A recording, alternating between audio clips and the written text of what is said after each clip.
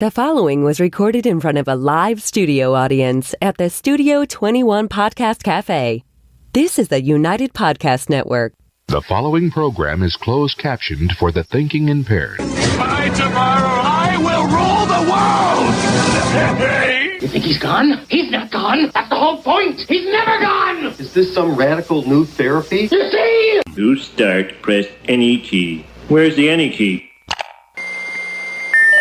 Welcome. You've got mail. Well, I must have not been paying attention when you were just talking to me. Do you think that you could repeat the question and I listen more attentively? There must have been something in all of that nothing that wasn't quite so easy to see. Missed something when you were just talking to me. Everything's frozen. I love it. 3 seconds before we go on, everything freezes. Amazing. I guess the things are past for attention. We're gonna have Paul here to do the ba ba ba. I like that part. There must have been something in all of that nothing that dropped me like a stone to the floor. All right, where are we here? All right, I see it. And I must have missed There we go. when you were just Hey, how you guys doing? Tom Duggan here on the Paying Attention podcast. It's the 1-year anniversary of the Paying Attention podcast. Thank you for our one studio listener. Our 1-year anniversary of the Paying Attention podcast. We're in the 19th year of the Paying Attention show. Awesome. We started in 1999 at WCCM on a Saturday afternoon with the Paying Attention show. Radio. It was a radio show at the time. Then we became a daily show. And then we moved to... we went from WCCM in Lawrence. We went to WEZE, WROL in Boston. Then we ended up moving over to WTTT in Boston before we found Morris Cohen at WCAP. I had actually left radio to start the newspaper. Morris Cohen from WCAP called me and said, "Hey, you're not doing your show anymore." I said, "No." He said, "Yeah, I loved your show. I used to listen to you all the time. Why don't you come to CAP and do like a Saturday show again?" And I said, "Well, I'm running this newspaper. We just started this paper. It was probably around 2004, 2005. And I said, I'm not really interested in going back into radio. I actually kind of hate radio people. Radio owners suck. Radio managers suck even more. And I'm really just kind of tired of doing radio and having people come into me during the break telling me, you can't say the word suck on the radio. It sounds low class. We're going to lose our audience. Oh, you can't pick on Elizabeth Warren because she's friends of the station." Like, I couldn't deal with any of that stuff anymore. And I said, "I'll tell you what, I'll make a deal with you. I'll come back to radio on the one condition that the minute I hit that microphone, nobody tells me what I'm allowed to say and not say." And Morris said, "Deal." So we brought the Paying Attention radio show back to WCAP back in 2004, 2005. We were there until 2 years ago when the new owner of WCAP, it got bought out by a guy named Sam Polton, came into my show one day and told me I wasn't allowed to talk about Elizabeth Warren because she got his kid a job at Comedy Central as the head writer. And I had just eviscerated Elizabeth Warren for something monumentally stupid she had just said. And he came barreling into the studio one day after telling me not to do it and started berating me on the air for doing it anyway. And so I just threw my hands up, turned off my microphone and said, "That's it, I'm done in radio." And I walked out and made him finish the rest of my show. We were 10 minutes into a 2-hour show. And I'm listening on the way home and he's talking about like gardening tips. He had no, because he's not a radio on-air guy. He was a radio station owner. And he had to fill the show, and I haven't been back to radio since. But about a year and a half later, John Bergeron, a friend of mine and a friend of Dave Garofalo here at Two Guys Smoke Shop, Top Two Guys Smoke Shop at the Studio 21 Podcast Cafe. Jonathan came to me and said, "Look, you really need to get back into the game." I said, "I'm not interested." He said, "But I've already negotiated a deal for you." I'm like, "You without even telling me you negotiated a deal for me? What the hell is that all about?" And apparently he sat down with Dave Garofalo. He worked out a deal where, is that Blaze Girl? All discussion stops. Blaze girl is here. Hold on. Oh, God bless you. You know, I drove around for an hour looking for these this morning. I did. I went into Cumberland Farms and I yelled at the lady because she didn't have any Blaze chips. Thank you so much. My goodness, my Blaze potato chips. If that doesn't get me on the snack authority, nothing will. So Jonathan Bergeron, anyway, long story short, came to me and said he negotiated with Dave Garofalo to get me back on the air. I said, I'm not interested. He said, just go sit down with the guy. I think you're going to like what he has to say. Came in, sat down with Dave Garofalo, and within 20 minutes we had a deal, and we're back on the air. And this is a year later.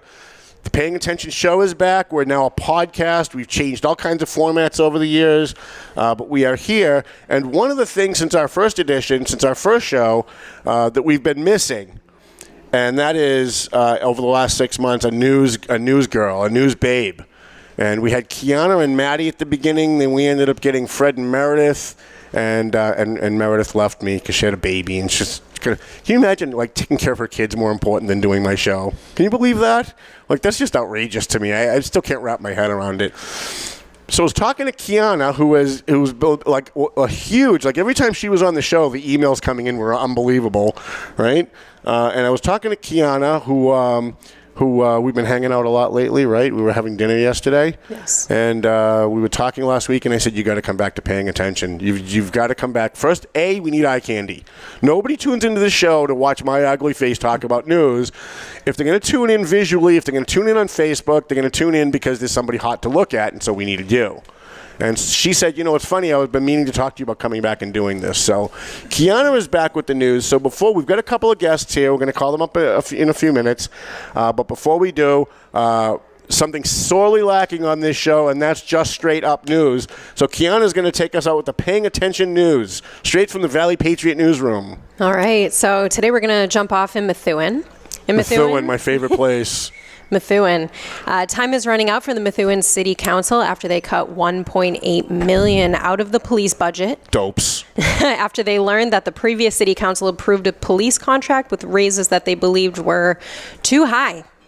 So they approved this budget and they're too high. Yeah. I mean, can you imagine this? Guys that go out and get shot at. There are people out there who are elected officials who think cops get paid too much. I don't even get that at all. I'm sorry. Go ahead. So I'm going to try not to interrupt you, but I don't think it's going to work.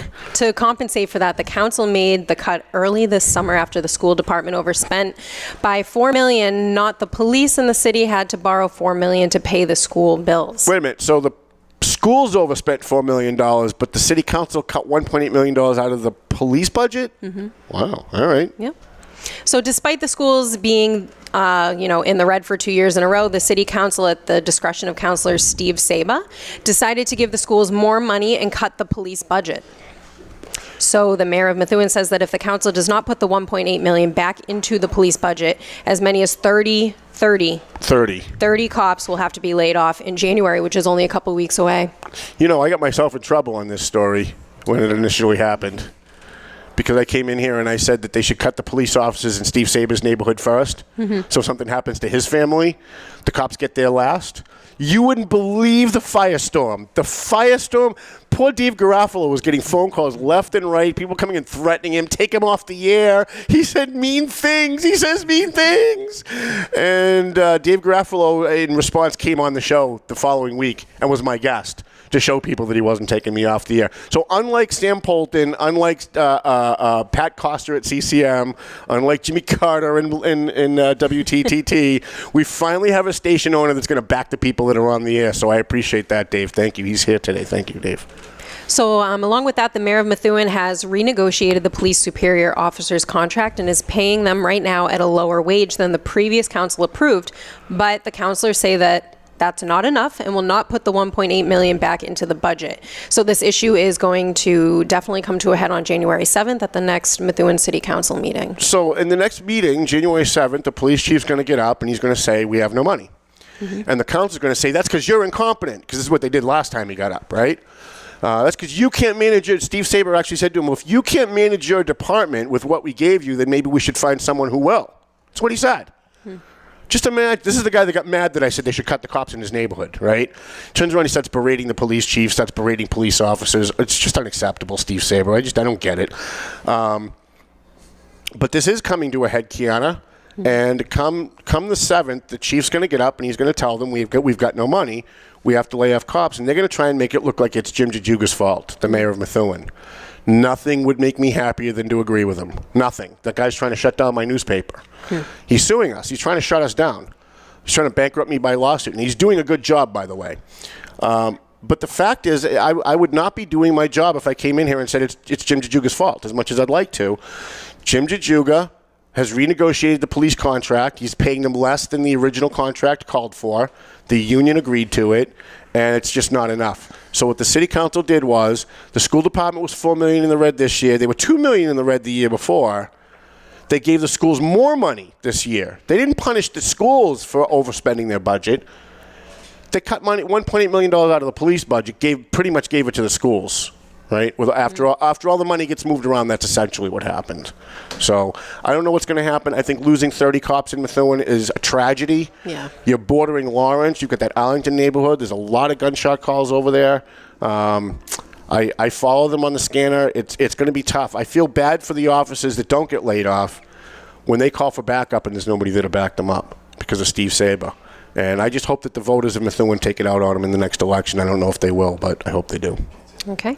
So from there, we're going to move into Lawrence. We have breaking news in Lawrence. Breaking news! Breaking news in Lawrence. Lawrence Mayor Dan Rivera has pulled the plug on public transparency in the police department.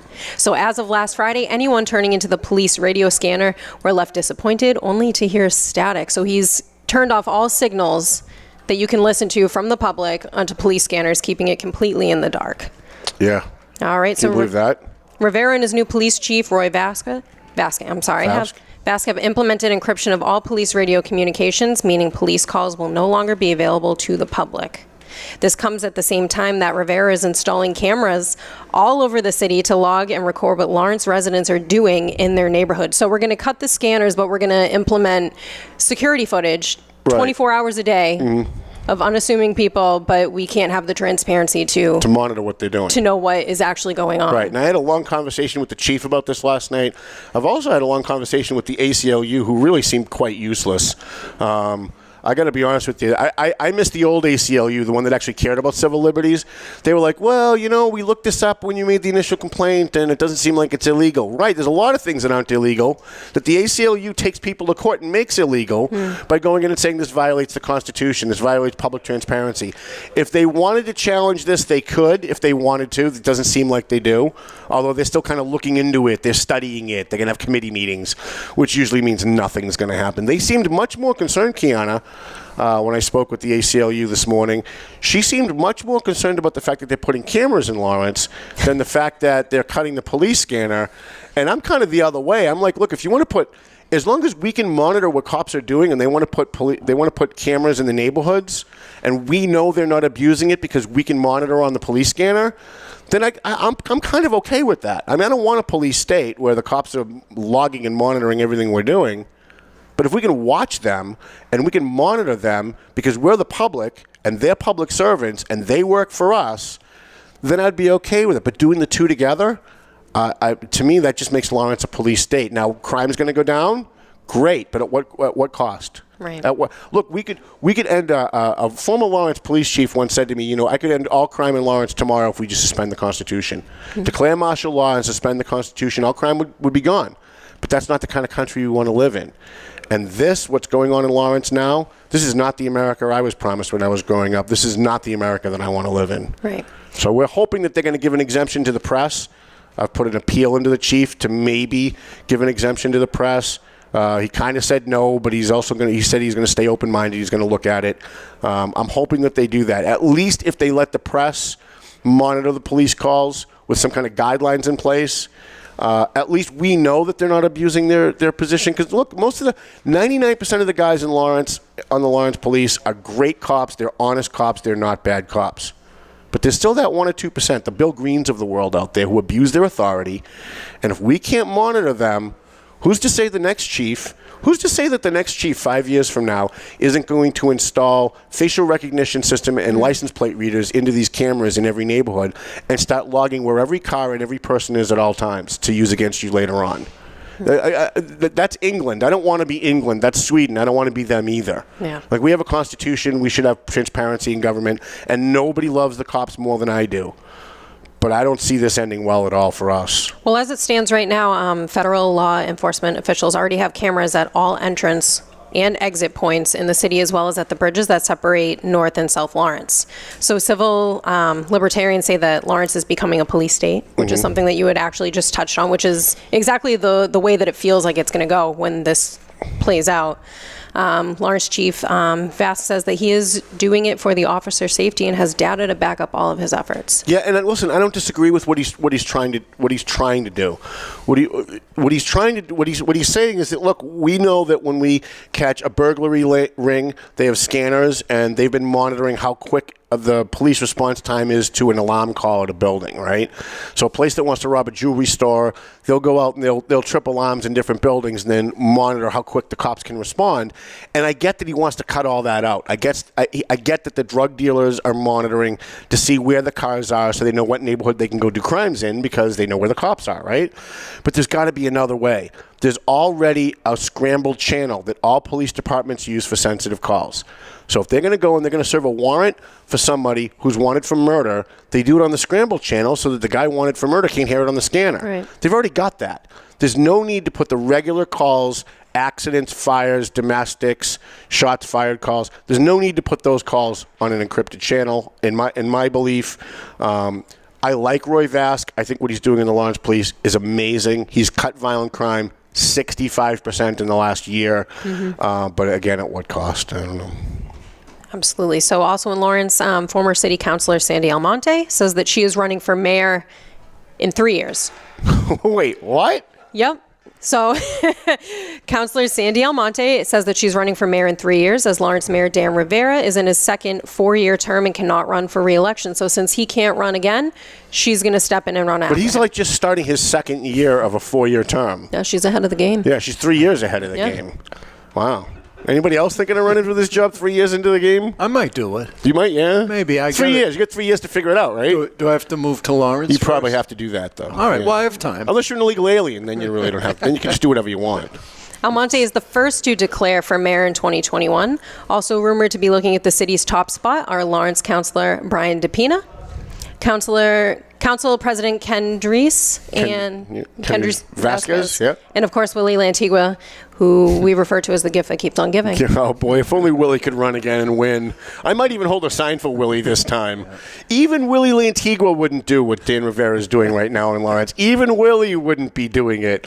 Although maybe if you get a kickback, maybe he would. Who knows? Because we all know what kind of mayor Willie was.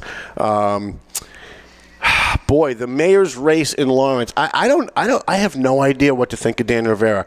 50% of the time, Dan does something, and I go, that's the greatest thing anybody's ever done for Lawrence. The other 50% of the time, Dan does something, and I sit there and I think, this guy is worse than Willie Lantigua. And there's really no in between. He's either 100% right or 100% wrong, like with the throwing the homeless out in the cold. 100% wrong. How the hell do you do that? Allowing the police, allowing Chief Vask to run his department. He didn't let the last chief run his department. He micromanaged under Chief Fitzpatrick. Under the new chief, he's letting him do his own thing. I think 100% right. Let the cops run their own show. But I don't get it. And it's going to be there's going to be a city council race this year. I actually have some breaking news. I got it on my way in that our good friend Jorge Gonzalez, my good friend Jorge Gonzalez, going to be running for city council. And he's going to be running against who? Kendris Vasquez? He's going to be running against Kendris Vasquez, who's the president of the city council. And I think I'm with George Gonzalez 100% of the way on that one. Do you have another news story? Because I want to tell us a real quick story. I have one more here. All right. So a couple of years ago, a police officer came to me and said, I need you to get information to Kendris Vasquez. I've got some criminal information about the guy that's running against him. And so I found Vasquez. He was at a fundraiser. We went outside, and I said, listen, this is what I was told, and you need to know that the guy running against you has this in his background. And he said, who's the cop that told you that? They shouldn't have told you that. Who told you that? You shouldn't have that information. He was more concerned about how I found out the friggin' information than he was the information that I was giving him. And I said, this is a guy that wants to pander to the insiders. All he cares about is the insiders. There's no way I could ever support this guy. After that conversation, I said, he doesn't get the basic concept of serving the public. Like, I just gave you some good inside information that I shouldn't even have. I shared it with you, and you're more concerned about where I got it. than you are the fact that there's criminal stuff in the background of the guy running against you. So given that, how could I ever support that guy for anything? I mean, really, he's just a scaled down Dan Rivera. That's all. Anyways, studio audience liked that one, I guess. Well, my last story comes actually from Woburn. Woburn. Oh, yeah. We were there last night. In Woburn last So night, sad. dozens of police officers from around the state joined friends and family members of slain Woburn police officer Jack McGuire at a candlelight vigil on the spot where the officer, McGuire, was gunned down just 8 years ago outside of a Kohl's department store. McGuire encountered career criminal Dominic Sinelli after he robbed the jewelry counter at the Kohl's the day after Christmas in 2010. Sinelli shot and killed Officer McGuire in that chase, but not before McGuire was able to connect on the radio that he had been shot, but also that he had returned fire, killing Sinelli. Good. Well, this is one good thing about that one. So Sinelli had been paroled 2 days earlier. So 2 days before this actually happened, he had been paroled by then Governor Valley Patriot, even though Sinelli had been sentenced 3 life terms for his previous violent crimes. So he's released on parole after 3 life sentences. He goes out, he commits this horrible crime under Governor Valley Patriot, and it was Governor Patrick's parole board that released Sinelli because he got his GED in prison that stopped him from committing violence in the prison a few years earlier. Isn't that great? So our hearts go out to Desiree McGuire, Jack McGuire's widow, and his family. We know them well. We've been in contact with them since the night that this happened. I was actually listening to the scanner the night this happened. It was one of the most harrowing things I've ever heard on a police scanner.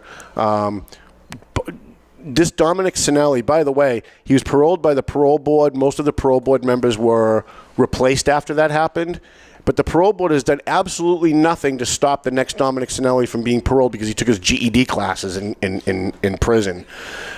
He had been not a model prisoner. He had been committing so much violence in prison that he wasn't even eligible for parole. He wasn't even eligible for extra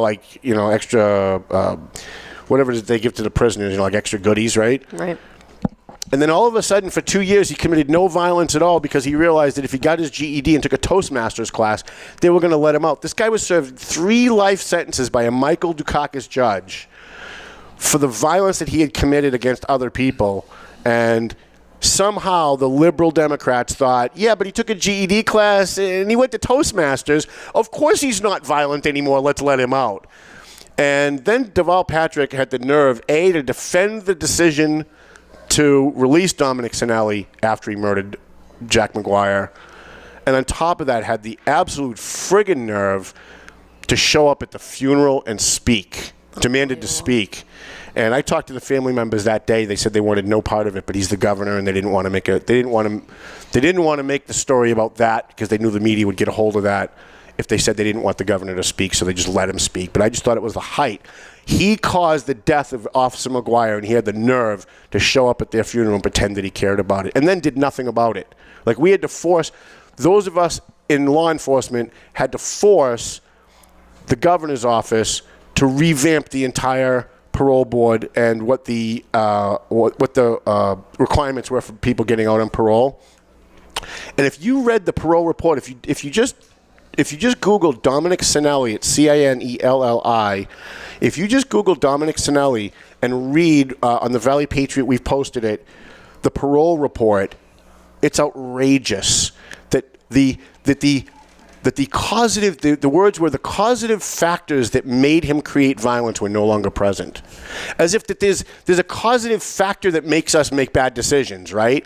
So, maybe he was aggravated one day, but he's not aggravated anymore. We're going to let him out of prison. Like, wait, what? So our hearts go out to Jack McGuire. Our hearts go out to the family of Jack McGuire, Desiree McGuire, and his brother, I think his name is Greg, and all of law enforcement. It's a very touching candlelight vigil that they have every year. And, boy, we just hope that there isn't going to be another one for a while, but I have a feeling that there is. It's just the way that Massachusetts is. They let people out on parole that are violent because, well, look, even Donald Trump, it's one of the things I don't like that Donald Trump is doing. He's signing this criminal justice reform to let people out of prison. Crime is at its lowest point now in American history. The reason is because most of the criminals are in prison. I don't understand how letting prisoners out is actually going to help that. But, that's just the way that it is, I guess. we'll see what happens. Anything else? No, that's all I got for you. I think we have, maybe I didn't send it to you, we have another breaking story. Why don't you come on up, Nick? We have another breaking story in the city of Methuen. God, I love talking about Methuen. Love talking about Methuen. They're just so dysfunctional. It's awesome. Just tailor-made for this show. In the city of Methuen, we talked a little bit about the school department in the first story being $4 million in the red, and the city council cutting $1.8 million out of the police budget. We have a member of the Methuen School Committee with us. Nick DiZoglio is with us, who sits on the school committee. You're in your first term, right? First term, Nick DiZoglio? Second term. You're in your second, so then it's all your fault then. I was going to give you a free pass if you were in your first term, but I guess it's all your fault. Ah, okay. All right. So you had an announcement first, so before I give you a hard time. I did. I know there was a lot of talk going around the city last few weeks, and I thought it would be a good chance for me to get out. And you're running for mayor. Oh, no. It's too bad. We got to get somebody to run against that guy. No, not running for mayor. I will be staying for a third term. So you're going to be running for reelection this year? I'll be running for reelection. So that's this coming November, right? Because we're almost into January, so I'm considering Papers go out in May, if I recall, and they're due by July. So I wanted to get it in and have conversations starting up front, especially with some people turning over on the school board themselves. And who's turning over now besides? Well, Bob's retiring. Well, that's a blessing for everyone. He's an oracle of information, though. He's got 40 years behind him, so he. But his whole function on that board, though, is to protect the insiders. Like, he is a smart guy. I don't deny him that. Yeah. But every vote that you guys take when I watch, I mean, he didn't really want a whole lot of transparency when it came to firing Judy Scannell. Yeah, again, Bob's got 40 years of experience. He does know a lot of folks within the education system, not just in Methuen, but across the Commonwealth of Massachusetts. I'm sure he loves puppies, too. He just does a terrible job as a school committeeman. He's been reelected multiple times. So, his record speaks for himself. Yeah. I think it's, again, 40 years. He's like the Joyce Campagnone of the school committee. He's really smart. He's got a lot of institutional knowledge. But when it comes down to it, he's really just there to protect the insiders. But he's only stayed on the school board. I would agree with you in a certain extent that if he was running for city council and going back and forth, he's never done that. Yeah. He's been on the school committee continuous. Right. Well, I get that he's your colleague and you kind of have to defend him, but I'm not, so that's fine. I'll defend any of my colleagues on that board. And DJ Deeb is another one that's termed out. We want to make sure, we want to make sure he never gets elected to anything ever again. Again, DJ has got educational value as well. Yeah, he's a teacher, professor. He's been writing for my newspaper for about 10 years. He's been a friend of mine, or so I thought, for the last maybe 10, 15 years, since he was a Drake School Committee member on the Drake Vocational School Board. But boy, the damage that guy's done. I can't even. Just in the last 6 months, I look at him and I go, I'm glad he's termed out, and B, I hope he doesn't run for city council. The difference between myself and some other members potentially, DJ, because I know he does write opinion pieces for your paper. And even though he attacked me in the last edition, I'm continuing to publish his stories. And that goes to character. So thank you for that. Yeah. Freedom of press. I'm a school committee member. I'm not a city councilor, nor will I speak on any city topics or try to be throw out an opinion of them. My colleagues on the city council, that their job is to run the city. My job is to run the schools as the vice chair and to continue to support the students, the parents, and the transparency within the administration. So let me ask you this. Let me ask you a couple of tough questions. And by the way, I appreciate you coming on because you knew you were going to get some tough questions because you and I spar a lot. Again, you and I still consider you a friend. We were very different on I respect that you take the tough questions. There are other people in Methuen that won't come on this show because they don't want to answer the tough questions. And one of those tough questions is you remember the school committee while Judy Scannell was a fake superintendent with no certification, with no license, and nobody said anything. When I called the Department of Ed, I said, how did you guys let them get away with this? How did you let her get away with this? And their answer was, it's up to the local school board to make sure that their superintendent is certified and licensed. You were on the school board. How come you didn't do that? So, this dates back way before me. Judy, the former superintendent, has done a lot for this school department and the community as a whole, so her character speaks there.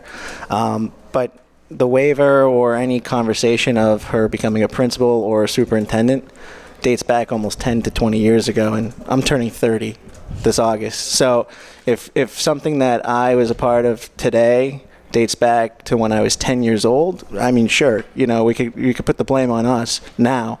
But I do know that the recent extension of the former superintendent's contract came straight from the mayor's office. The mayor approved it, mayor reviewed it, not this current mayor, our former mayor, and we approved.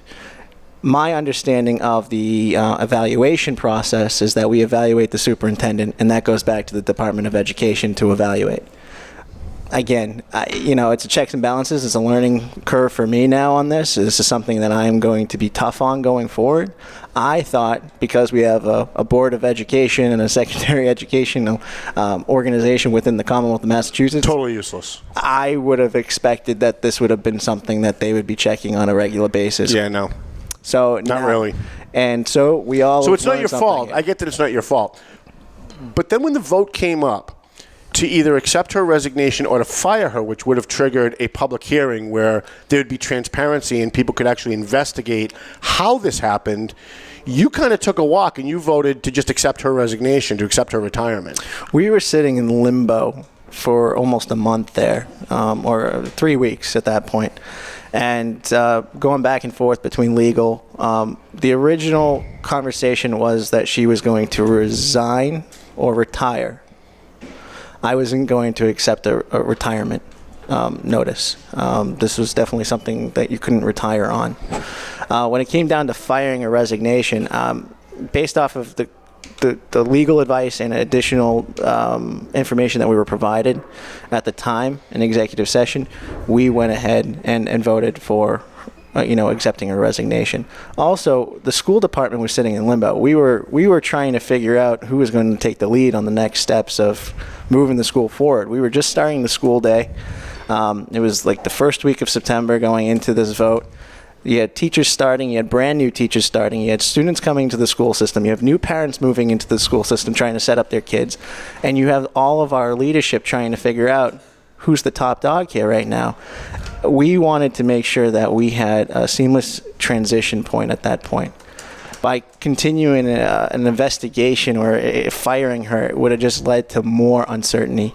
And to be honest with you, I agree in the vote, because I think she took responsibility by resigning. Regardless if we fired her or not, it wouldn't have led to it wouldn't affect her pension on our end. We do not control her pension. Right, but what it would have done is it would have gone to Boston for review, which Boston was going to review regardless if she resigned or if we fired her. So there was realistically no other point of firing her. Well, there was other one. Than having it drawn out for a week or two more and probably not have a superintendent to show up for it. Right. Well, it would have done one other thing. There would have been public transparency, and there could have been the beginning of an investigation as to how this happened. We still don't know today how it is that Judy Scannell was a principal for 10 years with no license and no certifications, and that a search committee looked into her background and recommended her to be the superintendent, even though she had no license as a principal. And then she moved forward as a superintendent with no license as a superintendent and no certifications as a superintendent. And nobody wants to know how that happened. Nobody wants to know who did that, who was in who. I mean, you had former members of the school committee that were on that original search team, like I don't want to mention Gary Marcoux, whose job it was to look into her background as a principal and see that she was certified before pushing her forward, pushing her recommendation forward. Nobody wants to know any of it. Nobody wants, as of right now, unless you can tell me differently, my understanding is there's no investigation still as to who knew about it and how she was pushed forward, given that as a principal she had no license. Like, shouldn't you guys be doing that? Shouldn't the school committee be investigating how this happened? At this point... I mean, you're new. It's not your fault. But now that you're here... I think at this point we have accepted the resignation. And just move along and nothing to see here? And not even that, though. It's create policies that we going forth that this will never happen again. So we want to move forward, but we don't want to find out how this happened. For me, at this point in time, I'm more concerned about our current state than the past. The past is, unfortunately, the past at this point, where you have a school system that is at an approved level than it was when she first started. So, I mean, for me, I think the superintendent did an amazing job. Again, certification or not, she did her job as a superintendent. She didn't ask for a pay increase throughout that whole 10 years, and I think she did her due way up until that point of even becoming a superintendent. Listen, I don't want to besmirch Judy Scannell. I'm sure she's a wonderful person. I've met her. I've always liked her. We've always gotten along. I'm sure she's done some great things for the schools. But how does a school department, how does a school committee, which is elected by the public, which is supposed to be about transparency, back to our transparency issue, right? How does a school committee just say, we're going to move along and we're not going to bother to look and see who it is that's responsible for allowing this to happen? I still don't. I get that you want to look forward. I think the person that was responsible is no longer with us. I mean, well, you had search committee members who put her name forward, who should have done their due diligence 10 years ago. Though. Right, but some of those people might still be working in the schools. Some of those people might still be around. And I see, if this was a police department and they allowed somebody to be a police chief and he wasn't certified and he never went through the academy, and then they found out 10 years later and they fired him, I don't think anybody would go, okay, let's just move along. Let's just create a policy to make sure it doesn't happen again. I'm pretty sure there'd be a big investigation as to how this happened.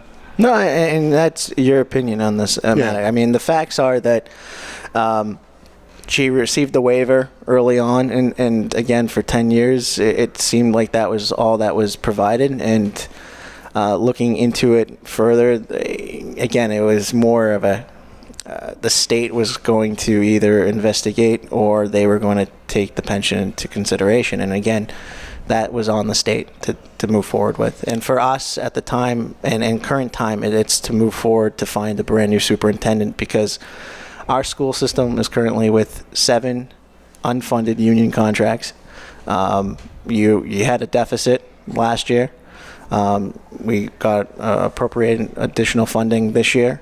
And, these are the issues that we need to continue to stay on track, is to make sure that Methuen public schools are no longer used as the city's, balancing act when it comes to the budget. You said earlier to the fact that, Methuen was 2 years in the hole.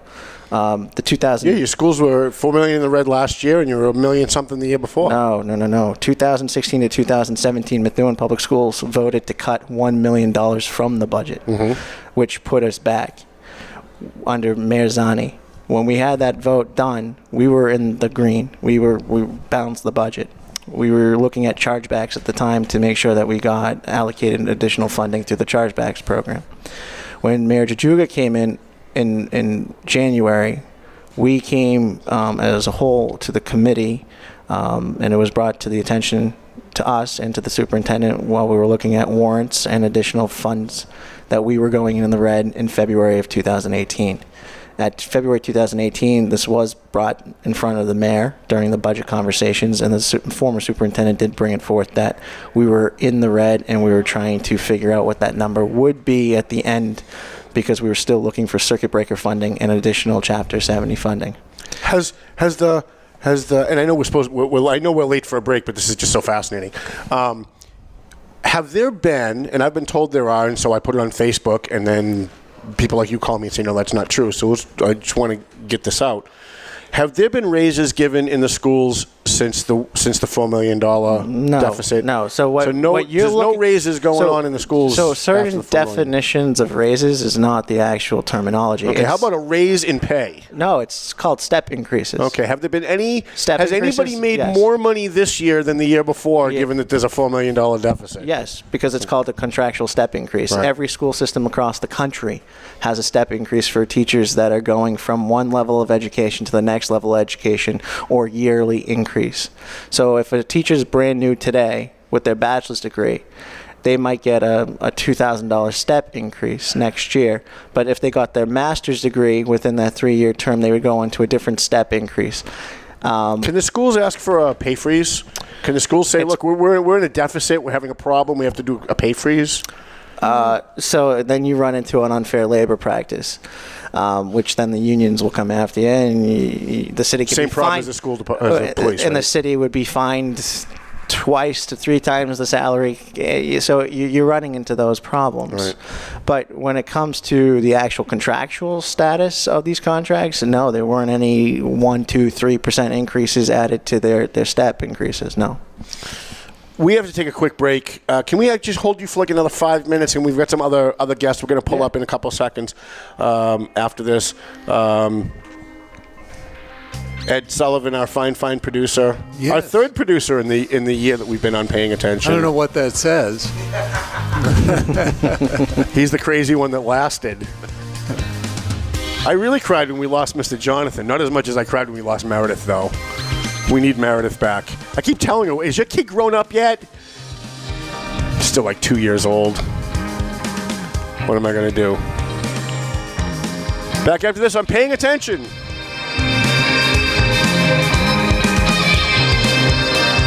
A&M Auto Body. We got our friend Angelo over there. Angelo Memolo over there. He does great work on your car. So if you got a ding in your car, somebody hit you, you got a mechanical problem, you bring it to A&M Auto. He's on South Broadway in Lawrence on Inman Street. Angelo will take care of you. So what's the address there? 341 South Broadway, Lawrence, Massachusetts. I don't know why these guys love me so much. I really don't. But Twin Lights, let me tell you how dedicated I am to helping my sponsors.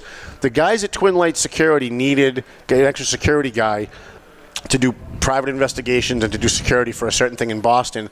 And they posted it on my page and asked if it was okay if they could use my page to solicit hiring people. And I said, you know what? As busy as I am, these guys sponsor the show. They sponsor the Valley Patriot. They give us $1,000 for the bash. I'm going to go work for these guys. So I called up Pat McLaughlin and I said, look, you help us every single time we need something. Whenever I put out a call, you're there. If you need an extra person and you're short, I'll take the night off and I'll come work for you. And so I have been. I've been doing some work for them because they're helping us. And so there's no reason why I shouldn't be able to find a way to help them in the meantime. So if you need security or if you're getting divorced and you need a private investigator, if you have a business and you need a private investigator or security, you want to call Twin Lights Security. They're based out of Gloucester, but they're very local. If while I'm driving around Lawrence, I get shot and killed, make sure you get my body to Perez Funeral Home because we do business with the people who do business with us. And he's on South Broadway with it's the old Scott Funeral Home. If you're an old-time Lawrence resident, it's the old Scott Funeral Home on South Broadway. Perez Funeral Home at 298 South Broadway in Lawrence. They do crematory services. They do all the stuff that they're supposed to do, right? And Mike's a big fan of the show. He followed us when we go live. He's an advertiser now in the print edition of the paper, and he's now sponsoring this program. Perez Funeral Home and Crematory Services, 298 South Broadway in Lawrence. We appreciate him. Franklin Veloz from Veloz Auto Group. He specializes in people that have maybe bad credit, no credit. Maybe you haven't had a job for a long period of time, so you don't think that maybe you qualify for a car loan. Usually, they want you to have a job for a year or more. He specializes in getting people who have bad credit or no credit or maybe spotty credit, getting them into a used car. He used to work for Charlie Dare's Commonwealth Motors for a long, long time, so he knows his stuff. I think he was the credit manager over there or something. So he knows what he's doing, and he follows us live, too. I really appreciate that he does. Every time I see him pop on, I'm very excited about it. And I was there yesterday to deliver his newspaper, and he said he's already had customers come in from us talking about him on this show. So we appreciate Veloz Auto Group. Go see Franklin. He's at 17 Mass Ave. It's right at the very beginning of Mass Ave on the Lawrence-North Andover line.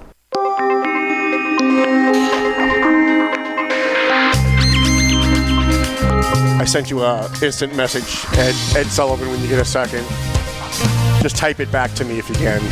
Hi, Tom Duggan here on the Paying Attention Podcast, Segment 2. It's our one-year anniversary show.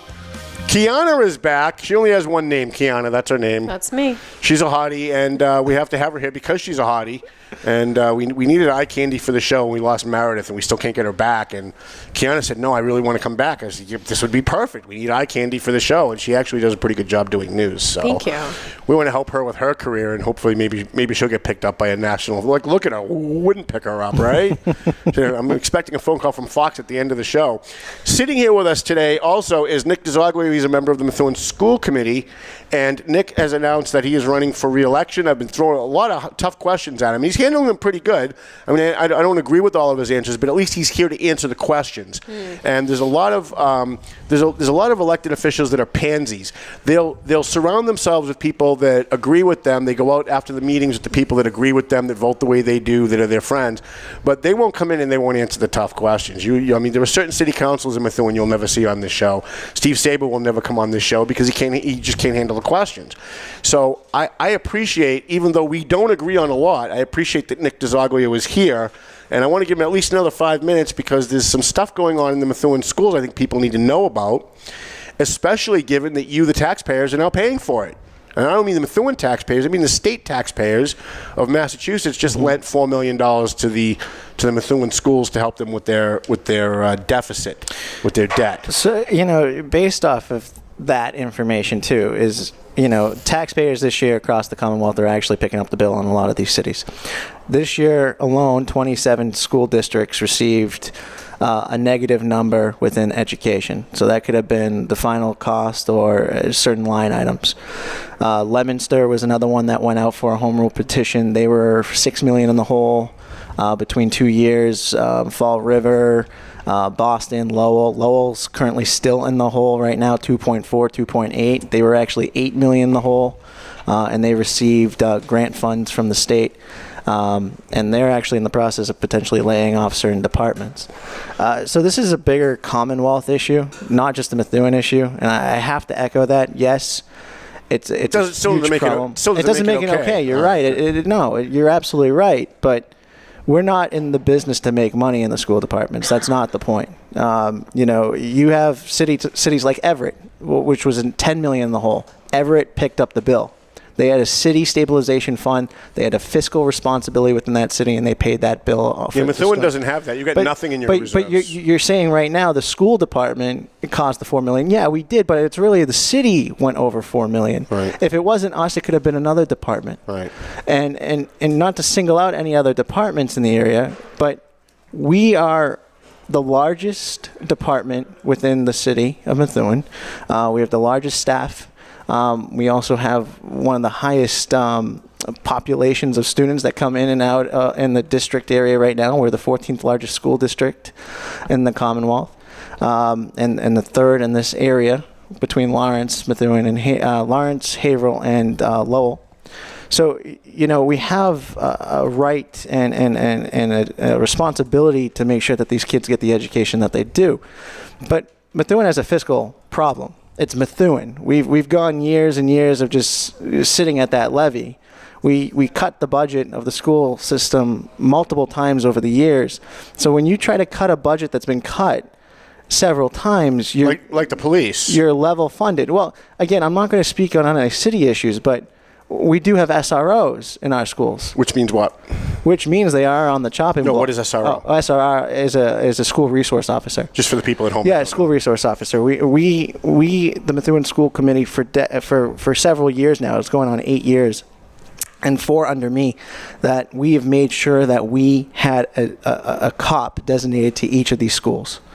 So we have 5 schools. We have 5 officers. So in Methuen, you've got a good guy with a gun in each of these schools. Correct. And I would imagine that was probably a reaction to all the school shootings that have been going on in the last 8 years. I think it's more for the students to understand that they feel safe in the schools. Mm-hmm. Because we hear all over the country that the solution isn't more people with guns in schools, even cops. I mean, the Democrat Party has been 100% against putting cops in schools. Methuen's doing it pretty successfully? Well, absolutely. And it's not just to have I guess in your terms, a gun in the school. It is, these resource officers are doing residency checks. They're sitting in the schools, meeting each of these students, getting to know these kids. It's amazing how some of these students would go to them before, they're even their own parents. Mm-hmm. Any drug issues in the schools, they are there to help, and then they put them in a program and help them get through that process. So the national story we're being told, and I always say this on every show, if you want to know if the national narrative we're being told on CNN is true, look at the local level to see if it's true. And the narrative on the national level is putting cops in schools is bad, having more people with guns in schools is bad, that's not going to help. You're saying in Methuen it actually does. I'm saying I'm always going to have a cop in that school. I'm going to always have a designated cop in that school. And gun or not, it's more the responsibility and I guess you could say the perception that we're putting out there is that we have someone of authority that can come in and assist outside of the principals and the students that may need that extra help or that extra push in the classroom or outside the classroom when it comes to, drug abuse or, again, a safety concern. But we are currently facing an issue within Methuen where you said earlier that we're going to have police 30 cops, I think you said. 30 cops getting laid off. In my eyes, I want to save 5 of them. And I'm not going to speak on, again, on behalf of the city council because, again, I'm not there. I'm not voting on it. But if they are cut, I will propose to the mayor and to the school committee to go in front of the city council to appropriate money for these 5 cops because they are on the chopping block. Some of these cops. I'm pretty sure Steve Saber and McCarty and the rest of them are going to say no to that. I hope not. And they're very anti-cop. I can't speak about my city council colleagues. I don't understand the whole process that they're going through right now. I don't understand how you guys were $4 million in the red and they gave the schools more money this year than they gave last year. So, but the police had a level funded budget and they took money out of their budget to punish them. Let me finish this thought and I'll go to that. Sure. Quickly. Then I got one more question. Then I got some other guests I want to do. SROs though, these gentlemen currently, these 5 gentlemen, they are through our chargebacks. They are 70% of their budget is through the school department's chargebacks each year. So they're part of the original number that we sent to the state, which is like $92 million. So we pay for 33% of the city solicitor's budget, the auditor, the treasurer. We pay 33% of their salaries, along with other miscellaneous items across the board. So for us to lose these SROs, it won't affect our initial budget, but for us to go and appropriate money for it, we're going to either need those 5 officers in the school or we're going to have some sort of security firm come in and protect these schools. Because Final question, because we're up against time. You were $4 million in the red last year. When the superintendent, before she left, came before the city council, she said that you're probably going to run into a deficit again next year because of the funding formula for special ed, right? That's what caused this problem. Since that formula hasn't changed, I assume you're going to have another $4 million deficit this year. No, because what had happened was we were at a $73 million budget for the year of 2015 into 2016. We cut $1 million. That came down to $72 million. So we didn't go up. We didn't get the 2%, 3% that we should have got, which would have put us at about 76 million. We actually cut money from the budget. So we went to 72 million. We went $3.8 million in the hole. If we got our 3 million or 3% plus the million that we lost, we would have probably been about 800,000 in the hole, maybe $1 million in the hole. You just lay off some mid-level administrators that could take you like 2 salaries. Well, we did lay off. We laid off all our deans that were overseeing all of our, I guess you could say, disciplinary issues that we had within the school department. Now that's fallen back on the principals.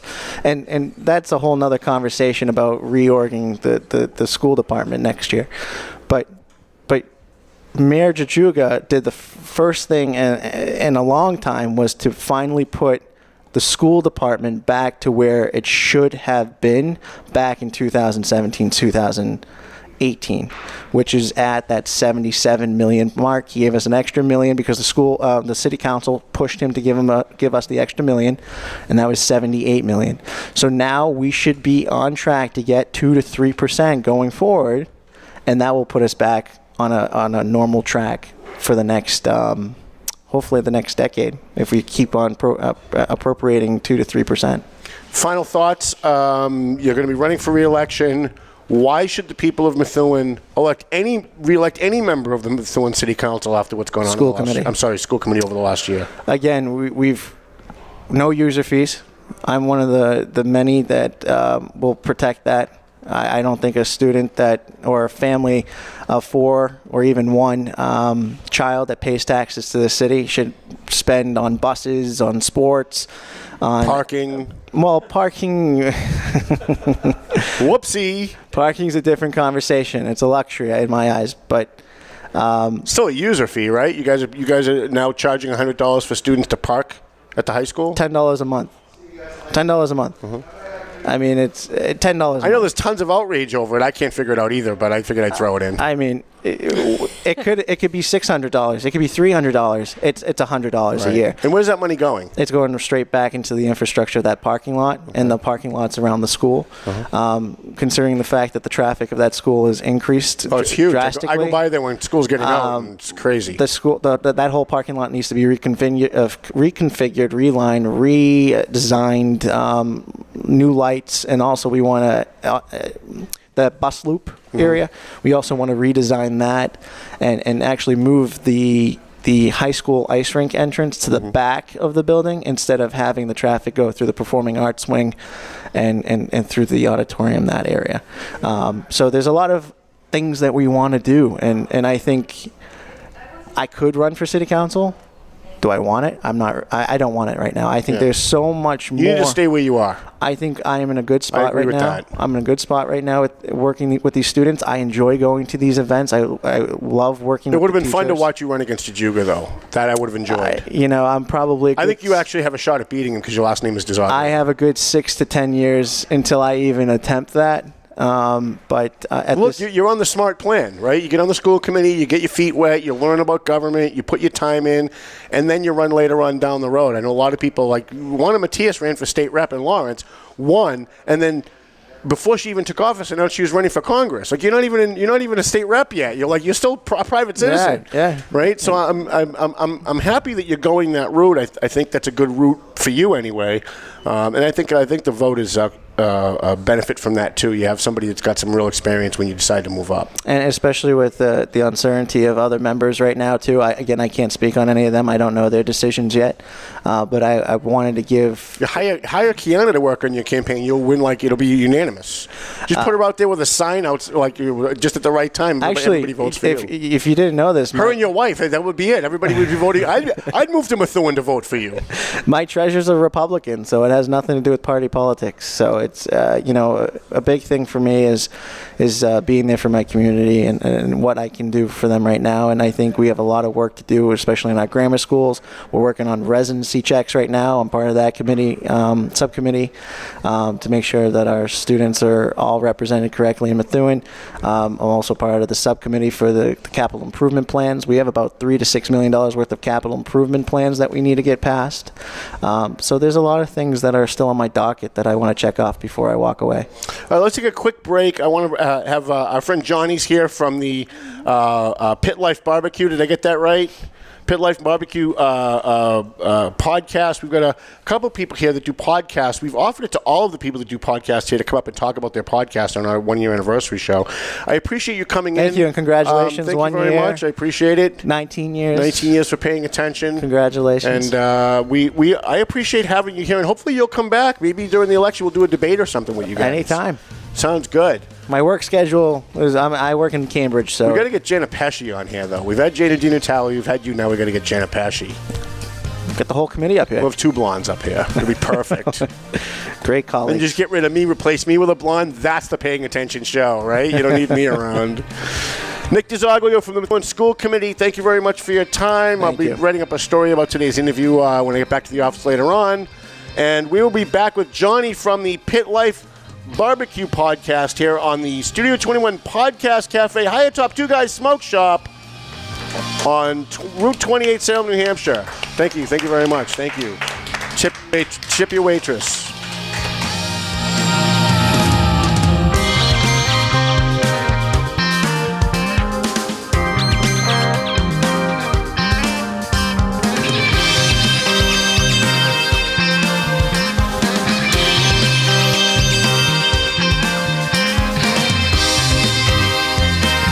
Auto Body. We got our friend Angelo over there. Angelo Memolo over there. He does great work on your car. So if you got a ding in your car, somebody hit you, you got a mechanical problem, you bring it to A&M Auto. He's on South Broadway in Lawrence on Inman Street. Angelo will take care of you. So what's the address there? 341 South Broadway, Lawrence, Massachusetts.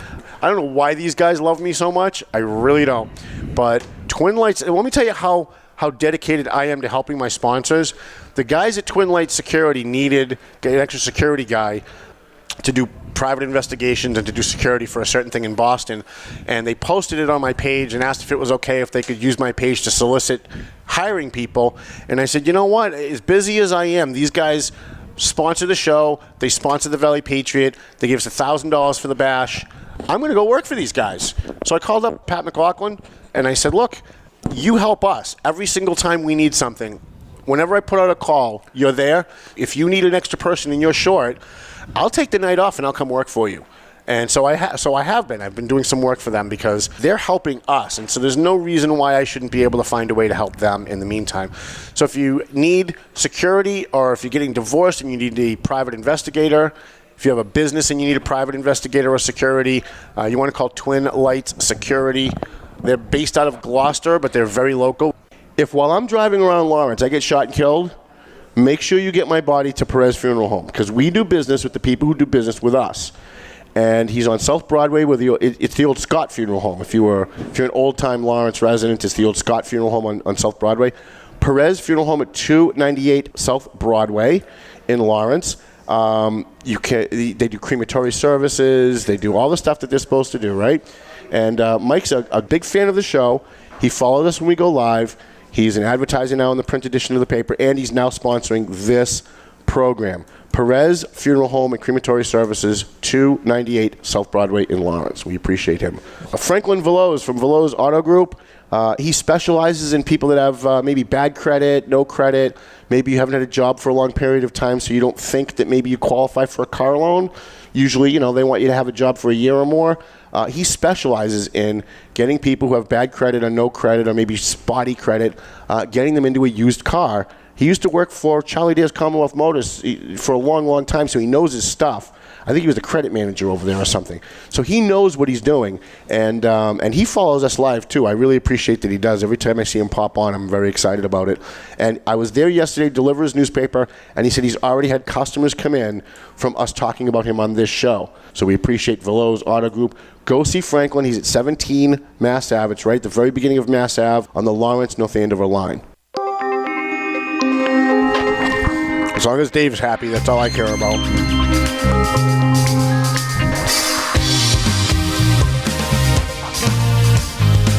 No, don't worry. I know you're looking at the screen saying Quianna's gone. I'm going to tune out. Don't tune out yet. She's coming back.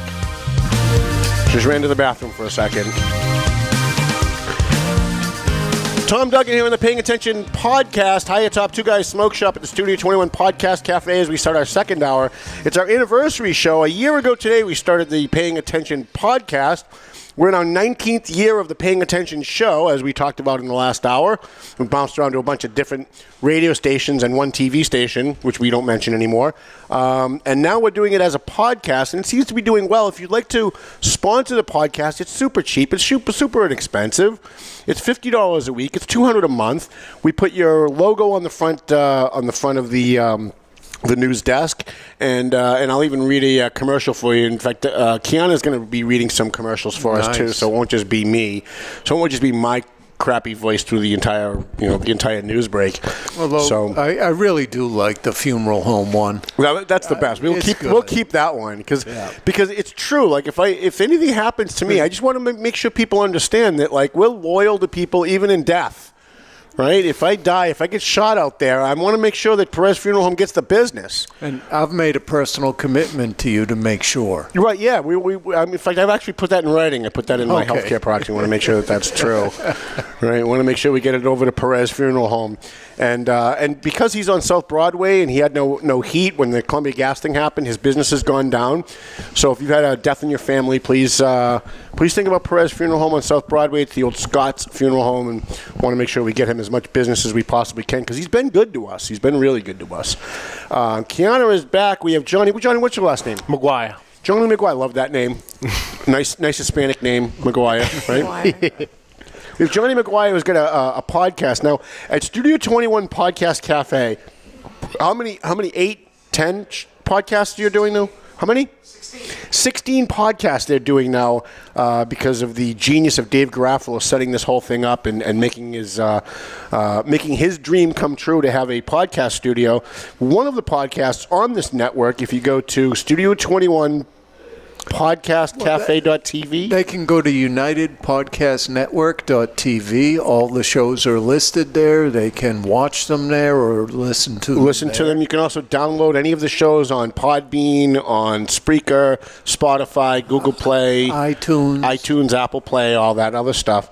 I actually caught your show because I love food, and I was surfing through, and I watched Writer's Block only because I really like watching Mandra, who I was hoping would be here. And then after hers, I saw your show, and anything that has to do with food, I'm in. Food and women, that's it, I'm in, right? I don't drink, so those are my vices. And I thought it was really interesting.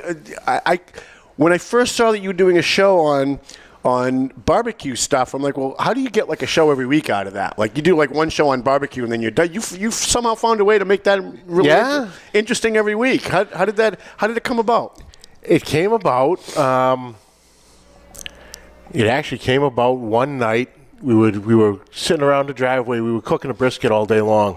Thanks for the invite, by the way. And late night, one of the guys hopped on the Facebook Live, and we were just doing a video. And, we're just talking, what we were using and everything, and a bunch of people from work had seen it. So, of course, showed up for work the next day on Monday, and they're like, oh, Redneck TV at its finest. I love it. And they were all laughing, and I'm like, this could be something. Yeah. So I used to listen to sports radio religiously. I stopped because I got sick of it. All the politics, the nonsense. I agree. A certain Boston paper going after certain radio hosts and trying to get them fired and back and forth. Well, there was a game last night. I wanted to hear, interview some of those guys. Damn scores. Tell me a score instead of, oh, this paper is trying to get you fired and back and forth. Forget about it. Yeah, baseball player X said mean things on Twitter, and now it's all a big controversy. Yeah, and I had switched to podcasts. I have always listened to David Garofalo's Cigar Authority for years.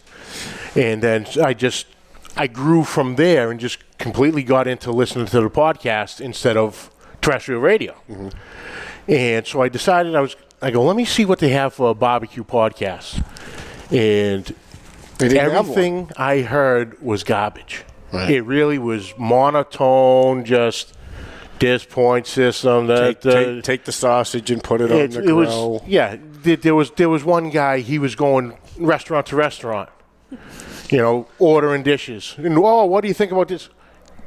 It's audio. Right. I can't see what you're talking about. Right.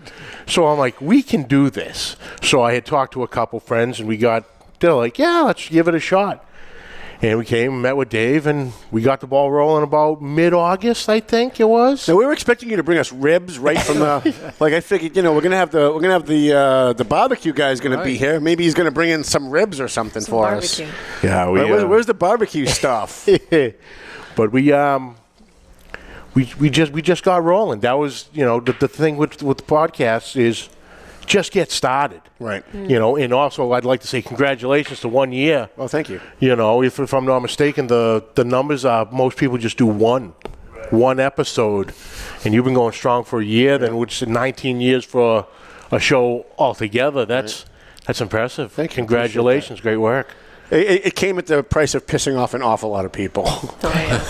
Yeah, but if you're pissing them off, you're doing something right. That's my theory, right? The station owners at other stations didn't see that. They didn't get. Like I'd have a station owner would come into me and be yelling at me saying, why are you going after the mayor? We have to do business with him, and he buys ads at election time. And I'm like, you don't understand. If I'm attacking the mayor, all his people are going to listen. And all the people who were on the campaign against the mayor, they're all going to listen too. I'm bringing the listeners in. Let me go after people. It's what I don't tell you how to run your station. Don't tell me how to run the show, and we'll get along just fine. That usually works at the beginning of every show, every station, and by the time it's over, they just want to micromanage everything that I say. So it's great to be here with Dave because never once has he come to me and said you shouldn't have said that. Never. And never once has he come to me and said, whatever you do today, don't say this. And that's the reason why I decided to stay. That's the only reason why I decided to come here, because my show doesn't work if I'm handcuffed. Yeah. And Dave doesn't handcuff me at all, and that's one of the reasons. We are in the live free or die state. That's true. We are taping in New Hampshire, too. That does help. Yep. Plus, I can smoke. As soon as he said you can, I said, "Can I smoke during the show?" He said, "Yes." I said, "Okay, you had me at smoke." That was it. I don't care how much it is at this point. I'm in. Yeah. Thanks to John Bergeron too, because he made this whole thing happen. So, talk to me about what are the things that some of the stuff that you do on your show. I can't imagine it's just you guys sitting around eating ribs, right? Well, we did have one episode that we were both off. Again, thanks for the invite. The other week, so we whipped up some ribs for the show that day. Sounds great. And brought them in. But, we just, like I said, we just got together. It was a couple of friends for years. And my partner in the show, Mike Masiglia, or Messy Mike, he owns... Nice Irish name. Yeah. He owns a catering company. Barbecue catering company, Messy Mike's Barbecue, out of Londonderry, New Hampshire. We'll have to try them. And he's actually in the process of, he just got okayed by the state. He bought a 28-foot trailer. So he's going to be setting up a location, I believe, in Londonderry. I'm not sure where, starting this April. So he's got the okay from the state and the Board of Health to start production of the trailer itself. Nice. Maybe we can get him into the Valley Patriot. Maybe if he wants to do like a crossover ad package with us, we'll write a couple stories about him, help him out, give him some publicity. As the producer of Pit Life BBQ, the thing I like about the show is really it's meant to be the types of conversations you have around the barbecue pit, right? Mm-hmm. So it's not all food all the time. I think there's a lot of witty banter, and I think the relationship he and Mike have is great. Do you guys debate like what sauces are the best? Oh yeah, and just go back and forth. Everything barbecue and everything we'd normally talk around the pit. That's the slogan of it. So when Quianna and I are up at the lake, right, and we're going to throw a couple of steaks on the barbecue, what's the best sauce? What's the best dressing for a big, fat, thick, juicy steak that we're going to throw on the barbecue at the summertime up at the lake? Salt and pepper. That's it? I agree with that. Thanks for coming. That's the end of the show. Good Thank night. you, folks. That's it. Yeah, salt and pepper. That's it? No, special sauce. How about ribs? Like, what's the best sauce for ribs? Oh, you can go anywhere. Yeah. It's all, the thing with barbecue, it's all preference. It comes down to what your palate, what you like. What's your favorite? My favorite, I love the Memphis style. Really? Memphis style, it's mainly a dry rib. So it's just seasoning rubs, and that's it. Then you can get it served with a side of, they'll have a vinegar-based sauce, or they're all vinegar-based sauce, but very strong in the vinegar taste. Then you have more of a sweet taste of a Carolina's vinegar too. With Kansas City, and then you get into Texas, and Texas is just straight. What's the best spicy sauce? If I want to have like a really spicy, I like spicy, right? Because I smoke. I can't taste my food that much, which is why I have to eat like glazed potato chips, right? Because it's the only thing I can taste. What's the best hot sauce? If I want to throw on like some ribs or some sausages, what's the best like hot spicy sauce to use? As in like a barbecue sauce? Yeah. Like if you're barbecuing. It's not a cheap plug, but Messy Mike's hot sauce, hot barbecue sauce. All right, it is outstanding. I'm asking because I'm literally I'm gonna go out and I'm gonna buy some. Yeah. And when we're up at the lake, I'll make Quianna do it because I don't like to cook, but or Uncle Frankie throw the stuff, and we're gonna use Messy Mike's barbecue sauce. Messy Mike's barbecue sauce. Here's a shameless plug. Where's it available, John? It is available at Bobby and Jack's Memphis Barbecue in Tewksbury, Massachusetts, at 1777 Main Street, right on Route 38. They're a sponsor of our show. Great. And Mike is a consultant with them, and they carry all his sauces. They use his sauces in the cooking process, and he has come up with the sauces that they serve at the tables themselves. And they have it right there. When is your podcast? When can people tune in to see you? Every Wednesday afternoon at 5 o'clock. Wednesday at 5. And where? Where do you podcast it onto? Do you have you do it on your Facebook page? You have a separate Facebook page for the barbecue show? Yeah, we do it on. We have Pit Life BBQ podcast on Facebook. Then we have a members page, Pit Life BBQ, also on Facebook. And anybody can come in and watch you. You can have we do. We have a studio audience today for some reason. Yeah. You can have people come in and watch you guys do the barbecue stuff. And sometimes you have food. You share the food. Sometimes, okay, right. If we have it. I might even show up myself. If I know there's going to be food, I'll be here. Oh, yeah. Okay. All right. Very good. Listen, thank you very much. I appreciate you coming on. I appreciate you being here. I really like that you're doing there's so many different types of podcasts that they can't all be political. They can't all be news. And we got guys like you doing And we also like the Snack Authority. I was really hoping that the girl from the Snack Authority was coming. That's the only reason I did this. But I appreciate that you're here at Studio 21 Podcast Cafe. I'll definitely pop in and see what you guys are up to. Yeah, they can also catch us on the United Podcast Network.tv, and can subscribe to your show, can subscribe to our show, and get a little nice community going back and forth. That's great. Listen, anytime you want to come on, you're welcome to come on. If you've got like a big announcement you want to do, happy to. And hopefully some of the listeners that we have will bleed over and they'll start following you as well. Absolutely. Where can they follow you on Facebook? It's called the Barbecue Pit Life BBQ Podcast and Pit Life BBQ. Both of them. One is dedicated to the show itself. Then the straight Pit Life BBQ on Facebook is members that post their own pictures of their cooks and what they're doing. You don't want to see the pictures of what I do with a barbecue. It's just all charcoal. You can't tell the difference between the food on top of the grill and the charcoal underneath. Well, we can change that, Tom. All right, we can change that. All right, well, I'm going to be watching faithfully. We'll see if you can convert me. Absolutely. Listen, I appreciate Johnny. Appreciate it. Thank you so much. Congratulations on your 1 year. That's quite the accomplishment. Thank you. Appreciate that. Hope to get there ourselves. Great. Let's call Greg up rather than take a break and then have him come up. Let's have Greg come up. There's another podcast here on paying attention on. So I'm trying to rush through things too fast, and I shouldn't because I have plenty of time. There's another podcast here on the Studio 21 Podcast Cafe called Success in the 603. And Success in the 603 is, I think, kind of an ingenious idea to promote businesses in New Hampshire. And we know that, a lot of businesses move from Massachusetts to New Hampshire thinking it's going to be, paved with gold up here, and then sometimes they find out not so much. So to have a guy that's promoting businesses in New Hampshire that are doing well, I think is a great idea. It helps promote the community. Right, Quianna? Yeah, it's a really great idea. Did you have any questions for Johnny? You can jump in if you have any questions. No, I had. Do you want me to go get Johnny back she's only here to really look good, but if she wants to participate, we'd like to have that too. It's true. So, Craig Dufton, you do Success in the 603. Tell people about what the show is and when they can find it. Well, our show is every Thursday at 3:30, and we're on the United Podcast Network as well. And we actually have the pleasure of following Paying Attention. It's been a great ride for me. I get to come in like a half hour, 45 minutes early all the time to listen to the end of your show, tailor end of it. I'm actually from Methuen myself. I moved to the 603 a little over 20 years ago. Smart decision. Yeah, one of the few smart decisions that I've made. No offense to Nick. No, I was a Pioneer staff boy in Methuen for a long time, and my father-in-law was Bill Goslin, the athletic director for many years. So my mom worked for the school system too. So I'm graduated in 1986 myself at Methuen High. But our podcast is basically about Granite Staters that have had success in any area of business or the private or public sector. To be honest with you, we've interviewed everybody from golf pros to today we have Chef Nicole from T-Bones. The corporate chef will be here with us at 3:30. By the way, I like T-Bones. In fact, before my show, if I have a really big guest, we meet across the street at T-Bones. I always judge, and you can tell them when they come on, I always judge a restaurant by their appetizers. If I go to a restaurant, I don't care how good the meal is. If the appetizers suck, I don't go back.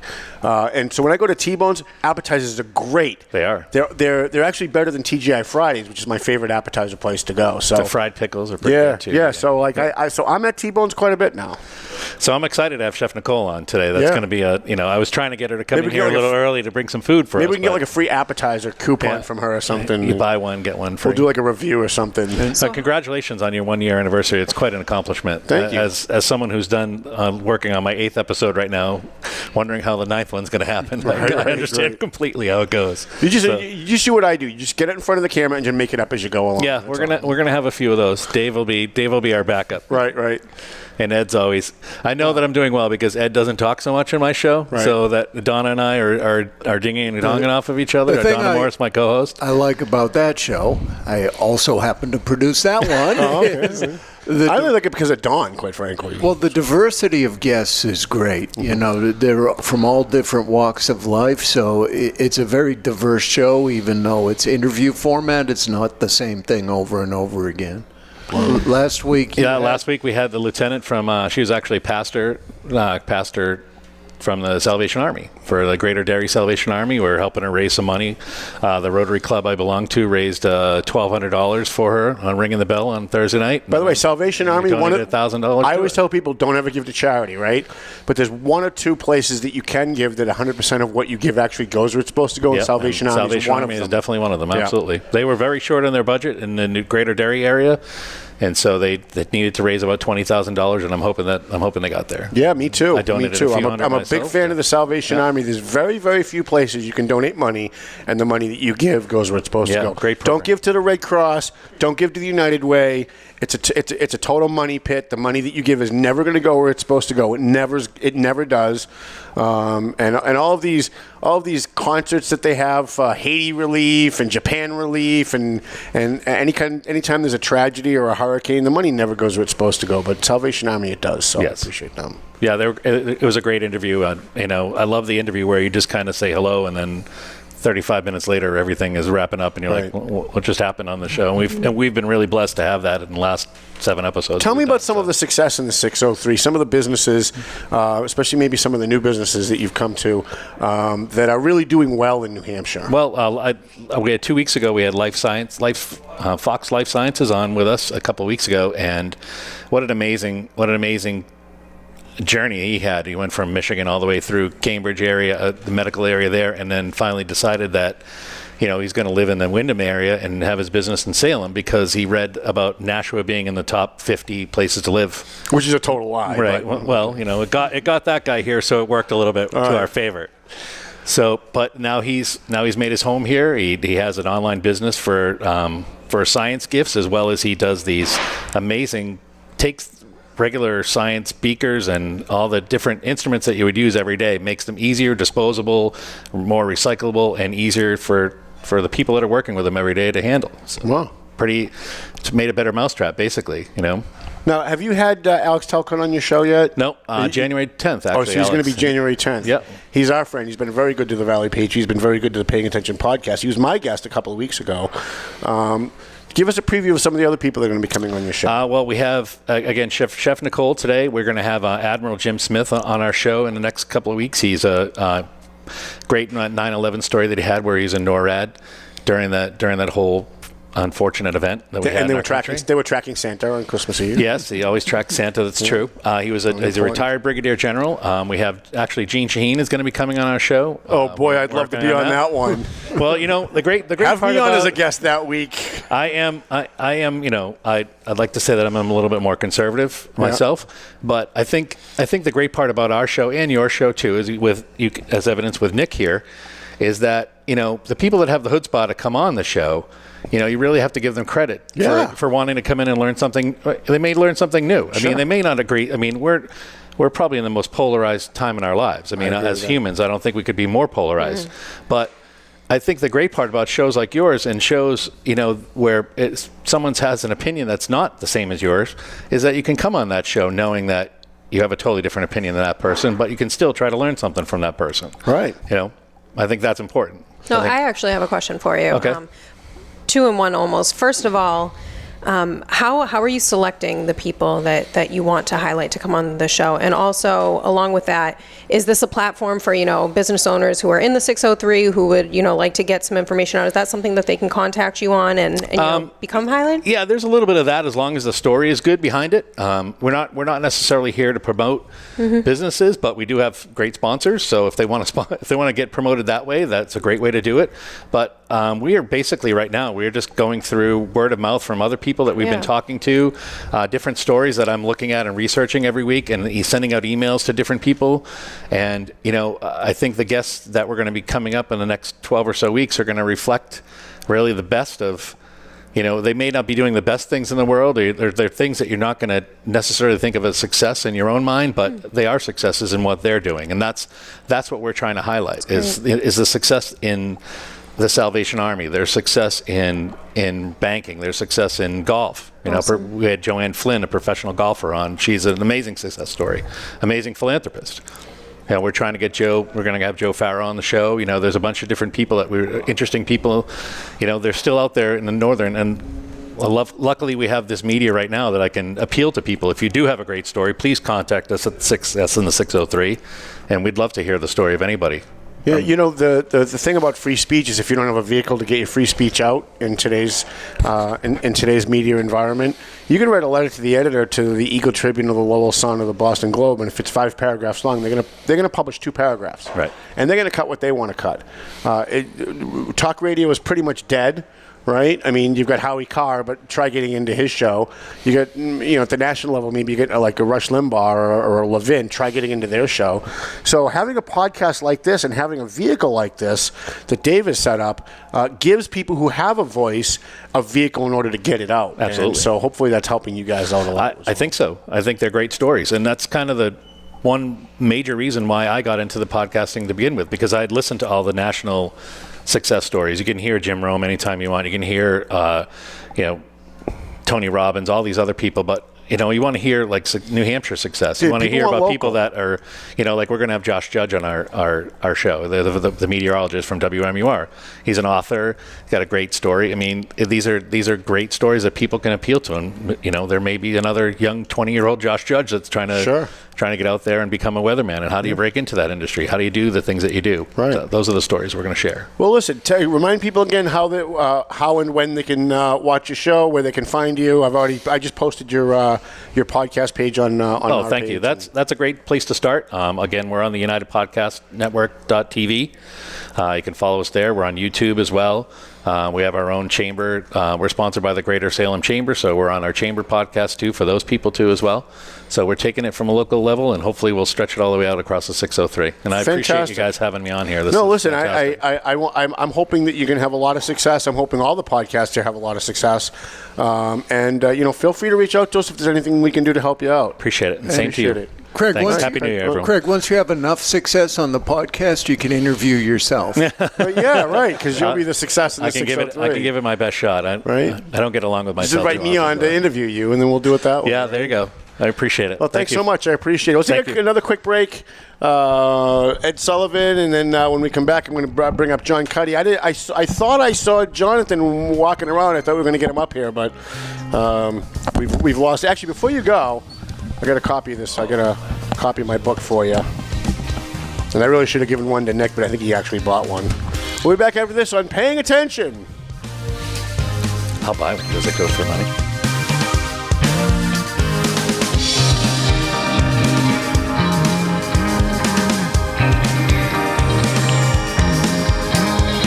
A&M Auto Body. We got our friend Angelo over there. Angelo Memolo over there. He does great work on your car. So if you got a ding in your car, somebody hit you, you got a mechanical problem, you bring it to A&M Auto. He's on South Broadway in Lawrence on Inman Street. Angelo will take care of you. So what's the address there? 341 South Broadway, Lawrence, Massachusetts.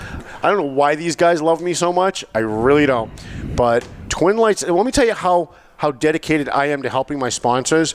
The guys at Twin Lights Security needed an extra security guy to do private investigations and to do security for a certain thing in Boston. And they posted it on my page and asked if it was okay if they could use my page to solicit hiring people. And I said, you know what? As busy as I am, these guys sponsor the show. They sponsor the Valley Patriot. They give us $1,000 for the bash. I'm going to go work for these guys.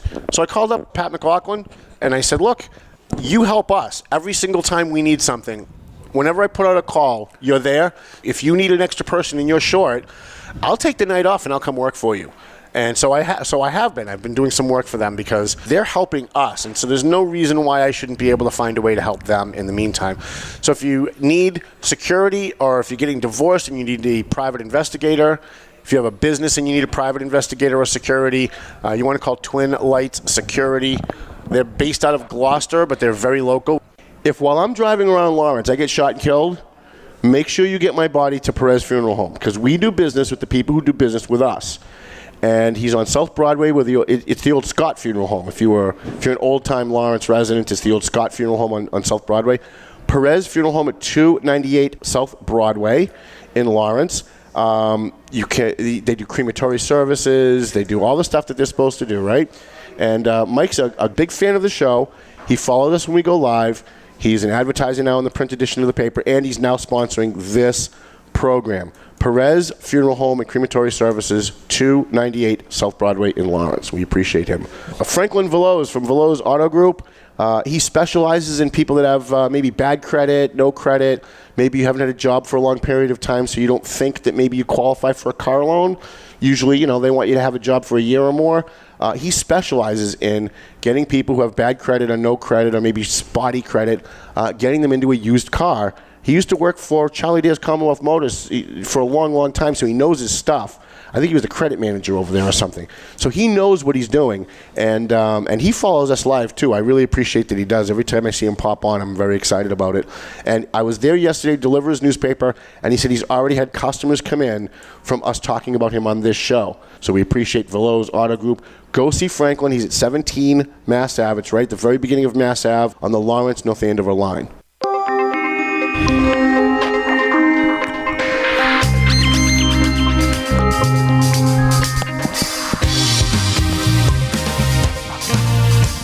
Alrighty. Final segment on our one-year anniversary show. It is December 27th. We started last year on December 29th. And we've been doing the podcast for a full year. I can't figure out how it worked, but it did. And we're always looking for sponsors. That helps keep us going. And if you want to buy a crossover package, we want to buy advertising in the Valley Patriot print newspaper, and on this show we'll give you one low price, and we'd love to have you in. We'll even write a story about your business. We'll maybe even have you on the show as a guest. I appreciate Nick DiZoglio, Craig Dufton from the 603, Johnny from the Pit Life BBQ podcast, and of course Quianna being here is always good. At least it excites me. It gets me all going. So we have eye candy on the show, and I'm ready. We have one more guest here before we bring in Mr. Jonathan. John Cuddy is our veteran writer. John writes on the front page of the Valley Patriot. I had one here a second ago, but it's gone. On the front page of the Valley Patriot every month, thank you, Rich, we publish a story about a local veteran. This month, it's a 102-year-old World War II veteran, if you can believe that, right? This guy's 102 years old. John is a veteran himself, and John goes out and he does what I used to do, but I didn't do a very good job, so I had to find somebody else to do it that could do a better job than me. John Cuddy stepped up to the plate and said, yeah, I think I'd like to give that a shot. And you've done probably about, 6 or 8 months now of veterans? Actually, coming up on a year. Oh, so this is your one-year anniversary, too? February. February will be your one-year anniversary. That's fantastic. But I don't think people realize you're a veteran, too. So when you're interviewing these veterans, you're doing it from the perspective of a guy that understands what they're going through.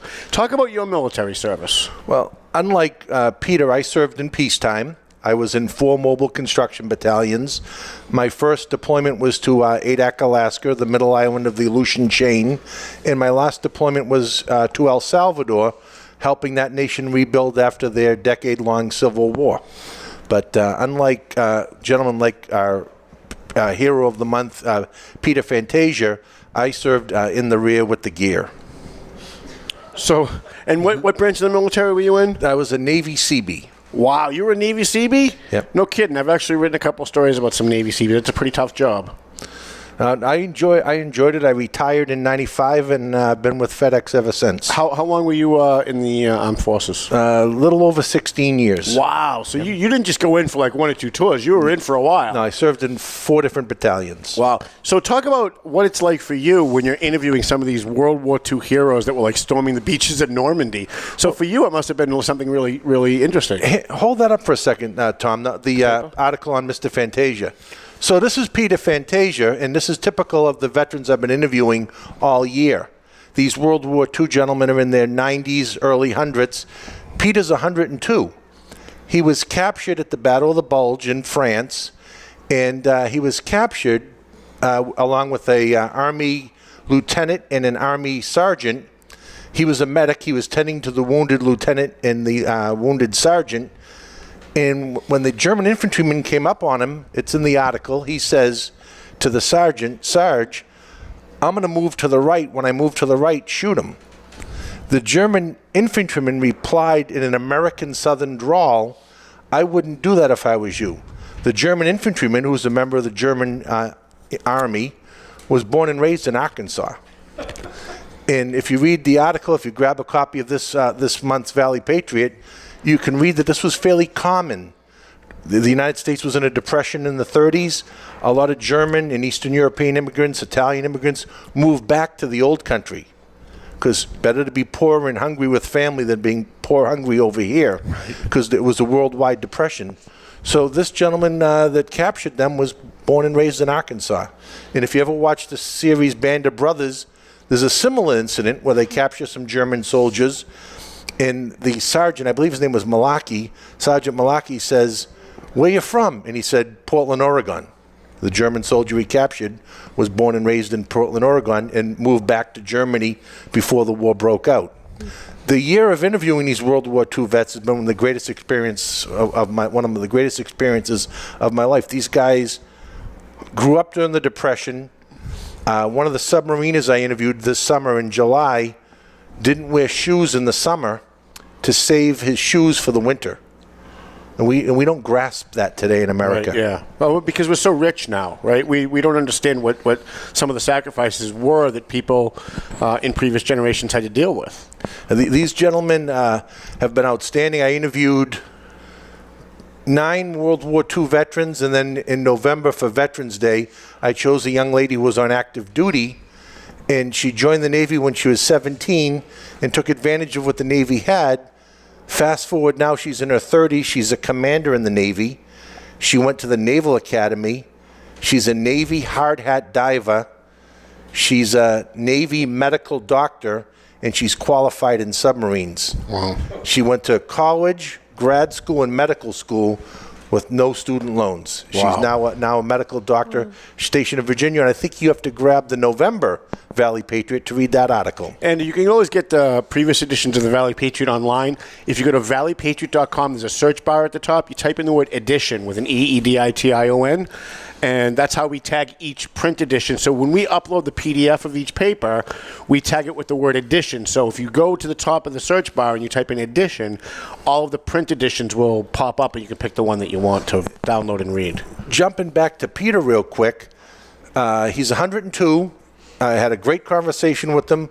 The whole article is based on my conversation with him and his 2 daughters. A couple of months back, his granddaughter, who lost her father a few years ago, needed someone to give her away at her wedding. And at 102, Peter gave his granddaughter away. Wow. That's how tough these guys are. Wow. And it's a different kind of toughness than what we really equate to most people. Now, you guys are putting together some care packages for the troops in Afghanistan, right? And you asked if we could maybe get a donation from Two Guys Smoke Shop to send over for the troops. And we asked Dave Garofalo, it's against the law. They're not allowed to donate cigars anymore. There's a lot of things that are against the law. I was an outlaw in Boston on Christmas Eve. I had a plastic bag in my hand. Oh, no, not that. Yes. Did you have a straw, too? Yeah. You're a double felon. Boston's outlawed plastic bags, but every month I send a care package directly to troops in Afghanistan. In January will be the last one for Afghanistan because they're rotating back that unit. And in January, I'm picking up a unit that's in Bosnia. Wow. And I put peanuts and whatever. A lot of different merchants donate different things, T-shirts and things like that. And I throw them in the care package and I send them over there. Well, maybe one of our viewers, one of our listeners will hear this. And it's not illegal for them to buy cigars and donate it to you. It's just illegal for the cigar company to Two Guys Smoke Shop to donate it. So maybe somebody out there has got a couple of maybe $100 or so, and they want to buy a box of cigars to donate to our troops over in Afghanistan. That would be great. I would appreciate that as a personal favor. And this is through the American Legion and Drake. We send a care package over once a month to a deployed unit, and we've been doing it, believe it or not, for since 9/11, 17 years. Wow. That's way too long. But and you're involved in the Boy Scouts, too. You invited me to a Boy Scout flag burning. Not the flag burning people would imagine, but when flags are turned in because they've touched the ground or they've gotten torn and tattered, the Boy Scouts will burn the flags in out of respect. That's something we do in conjunction with the Drake American Legion.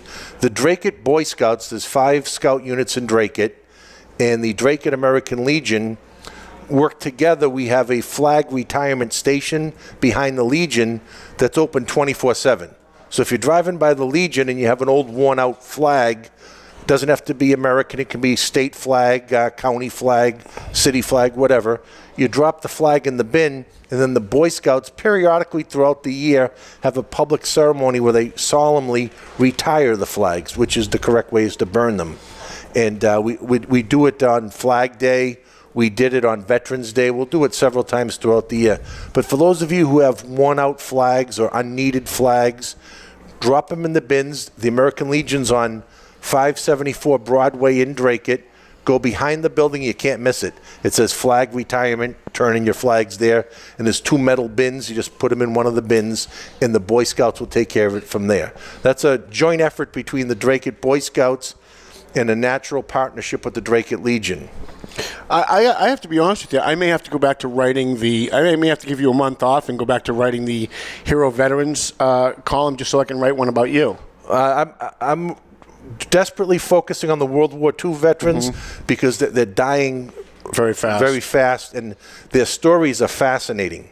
One submariner I talked to was in the Caribbean throughout the war, saw no combat until the day Germany surrendered. On the day Germany surrendered, his submarine was depth charged and almost sunk by the U.S. Coast Guard. So he was on a U.S. Navy submarine in the Caribbean on VE Day, the day Germany surrendered. The U.S. Coast Guard nearly sunk him. Wow. By accident, I'm sure. Yes, by accident. It wasn't like he was sleeping with the guy's girlfriend. No. Decided to go after him. Their stories are just, this gentleman being captured by a gentleman from Arkansas who was in the German army. Right. Their stories are just unbelievable, and they're such modest men. They did it, came back, and raised their families. One gentleman I interviewed was on a destroyer in the Battle of the North Atlantic. He's in an assisted living in North Andover, and his wife died in his arms after 75 years of marriage. These guys are patriotic. They were loyal to their country, loyal to their wives. A lot of them worked in the same job their whole life. They complain about nothing. Wow. And they're just an unbelievable group of guys. So with Tom's permission, I'm going to stay focused on the World War II vets because the clock's running out on us. Gotcha. Well, we have our book, Heroes in Our Midst, which is a compilation of all of the veteran stories that we have published in the first 13 years of the Valley Patriot. Now that we've got 2 more years under our belt, we're approaching our 15th anniversary in March. We're working on Volume 2, which is going to include almost all of your material. So I want to thank you for your dedication as a hero in our midst, as a Valley Patriot, because you, like many other veterans, went off and served your country and then came back and continued to serve. And that's actually the criteria that we have for honoring veterans who go off, they sacrifice, and then they come back, and then they continue to sacrifice for their communities. Well, if any veterans are out there looking to do something that will take up very little of their time, on the 3rd Saturday of the month at 1 o'clock, the Drake American Legion meets. We welcome all veterans.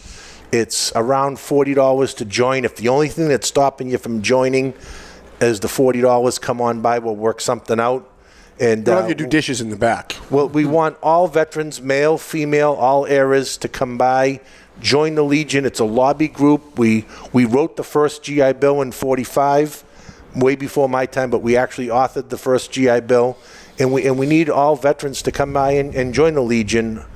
It's the 3rd Saturday of every month, unless it's a major holiday that Saturday. There's a great group of men and women down there, and come on by and check it out. 3rd Saturday. Give us a preview of who you're doing for next month, because next month we're on deadline week. By the way, you definitely article's done. Okay, good. I don't miss my deadline. No, I can say the one thing about John Cuddy, he's the only guy I don't have to chase for his. It's like Paul. I'm 5 minutes before I go to print. I got to call Paul looking for his column. John's always on time. Sometimes early. You want to grab the January Valley Patriot, because this gentleman was involved in the Manhattan Project and the testing of nuclear weapons. And he's French-Canadian, and there's an interesting bent in his article. His commanding officer rounded up French-Canadian airmen for this project. And I don't want to give the whole thing away, but it had something to do with the base hockey team. So they scoured the Army, Air Corps, and the Air Force looking for French Canadians because they had a base hockey team. Wow. So we're going to see you on April 5th at our big Valley Patriot Bash, right? Because we've tasked you with doing something. We're going to keep somebody in the room that's going to be getting an award. So we want to make sure that you're there because that's your job, right? I thought it was in March. Well, our anniversary is in March, but we couldn't get the reliefs in on a March date for some reason for the first time in 15 years. So it's going to be April 5th. So April 5th, I'll mark my calendar. Awesome. John, thanks so much for coming in. Thanks for what you do Happy New Year. all the Happy veterans. New Year. Happy holidays, happy Hanukkah, happy Christmas, happy Kwanzaa's not a real holiday, right? Get myself in trouble. I can't have one show without getting myself in trouble. We have one more guest before we bounce out today. We've got about 15 minutes left, and it's not quite as good as having the girl on from Snack Authority, but our former producer, Mr. Jonathan, is with us, the voice of God. That's right. And you do a couple of shows here. You do Cigar Authority, but screw that. I want to talk about Snack Authority because I was hoping that I don't even know what her name is, but she's so beautiful. Her name is Jessica. She's the only reason I watch a show, quite frankly. I started watching for the snacks, but then once I saw her, I'm like, I'm definitely watching every single one of these shows. And I even came prepared with these Blaze. I'm not getting paid for any of this, but Dorito Blaze potato chips, you can't find them anywhere. I actually tasked a girl, Melissa, she's wonderful. Melissa Montalvo goes out. That's Blaze Girl. Blaze Girl, right? She goes out before my show once a week. She goes and she drives everywhere to find me a bag of Blaze chips to bring me for my show, so I have them on the show. You know, Tom, I know people. There's a chance we could get you on a special Doritos episode. Really? Of the Snack Authority. I'd be all for it, as long as Jessica's there, though. Well, she's there every week. Okay, all right. Well, You're all set. I mean, I'm pretty sure because she's as beautiful as she gets hit on everywhere she goes. So this won't be anything new for her. No. Right? So you also have other shows that you do. By the way, when's Snack Authority? When do they... Snack Authority is Saturday mornings at 10 o'clock here at the Studio 21 That's why I've never Cafe. been here. I'm not even in bed yet at that point. Well, you can just swing in from work. Right, yeah. Bang out an episode. There is 1 week where we need to pre-record, so I'll be in. All right, yeah, I could do that. If you want to do it like in a real time, like 1 in the afternoon, then maybe I could do that. You know, there are 10 a.m. There's 2 10 o'clocks every day. There is. I could do it at 10 p.m. That I could do. I could do it at 2 a.m., but 10 a.m., I can't remember the last time I saw 10 a.m. But you have another show, which actually was one of the first shows on Studio 21 Podcast Cafe. I know something that Quianna is very interested in, cigars, and it's called the Cigar Authority, right? That's right. So talk about that. Yeah, where can people watch it, and what's it about? It's on from noon to 2 every Saturday. You can be caught on just about any podcast catcher, iTunes, Spotify, iHeartRadio. We talk about some legislation, cigar news, regulation. We get people to sign up at cigarrights.org so that cigar smokers can have a voice in Washington. And other than that, it's dick and fart jokes and pulling odd flavors out of cigars and just having a good time. And you guys have even more viewers than I do. Like, you have more listeners to your podcast than I do. We have quite a few, yeah. How much? In the range of between 20 and 30,000 per that's amazing. episode. I'd love to be up there somewhere in that neighborhood. Like, I'm happy. We did 100,000, like 120,000 for the year, right? That was for the whole year. Well, you got to remember we're close to 9 years in. Right. You just keep building the audience, and you hope you don't piss anyone off too much. So now, why did you leave as my producer? That's the one thing that's really been. I mean, I cried when I found. I've decided to go Democrat. And, well, then that was a smart decision. Then I think I am okay with that. No, I just I wasn't brought in to Two Guys Smoke Shop to be a producer. I was filling in. So we had Stu here for a little while. I liked Stu. Like, what happened to Stu? He just left. He just left me. He's a busy man. Yeah, he left me. Everybody leaves me. But we got Ed Sullivan. He's a professional. And Ed's doing a good job. It's not take away from Ed. Does a great job. And I won't leave you. All right, you promise? Have loyalty. All right, you promise? He does. Well, I'm going to hold you to it. You have to promise. Stay. Okay. Is it because do you like Ed less than me because he doesn't take you to task on certain stuff? If he doesn't agree with you, he just keeps silent? Yes. Okay. I thought so. He does call me the voice of purgatory. Yes. Voice of purgatory. There's a reason We've for that. moved him down just a little bit. There's a reason for that. So you're on other shows, though. Like, every once in a while, I'm flipping through on United Podcast Network, and I see Cigar Authority, and there's Jessica, and so, of course, I watch it. And then I see Cigar Authority, and I see you and Dave, and I watch. But then I see you on other shows, right? I pop in from time to time. I've been on the Don't Do It Yourself podcast before. I've been on Political TNT as a voice only. But By the way, is that not like the best show? I mean, I know you have your own show, but is Political TNT not like the best show on this network? Including mine, I think they're the best show on this network. It's very entertaining. Yeah. It's very entertaining. It's Tom and Nancy Troy just screaming at each other for a half an hour and sometimes even coming to fisticuffs. Yeah, and it doesn't stop when the show's over either. No, that's the best part. They continue to go at it in the audience. Sometimes they'll tape before me and I'm coming in and they're still fighting. Oh, yeah. And I'm like, wow, you guys still doing your show? And they're like, no, we went off half an hour ago. Yeah. But they're always good again by the start of the next show. Right. Yeah. Well, they're brother and sister, and that's the way I grew up. And I've said this before. I grew up, Quianna and I grew up in a family where you could disagree at the kitchen table and you could yell and scream about abortion or the death penalty or whatever it is that you disagreed on. But when it was over, you were still family, you still loved each other, and everybody went out for coffee. And that's the essence of what they've captured on their show, which I think is what makes it so great. It is. It's very good. Because today, if somebody disagrees with you, you're a bad person. Right. Like today, if you're for abortion and someone's against abortion, well, you just suck. You're a bad person. I don't even want to talk to you. And you don't just get unfriended on Facebook. You get unfriended in real life because you believe a different way. Right. And I think that's really kind of sad for the culture that we're in. And I think they're kind of bringing back what it was like to be able to disagree vehemently, to fight with each other vehemently, and still be friends. Yes. You know? So I try to incorporate that into here. Talk about some of the other shows here. Well, we've got Ambitious on the network. All right, let's stop right there. Katie M.F. Boyd. She's a pistol, man. I know. She's a pistol. I know. We've been trying Aside from the fact that she's smoking hot. She's smoking hot. She is very bright and very driven. I don't give points for that. That's okay. I only give points for looks. I'm a very shallow person.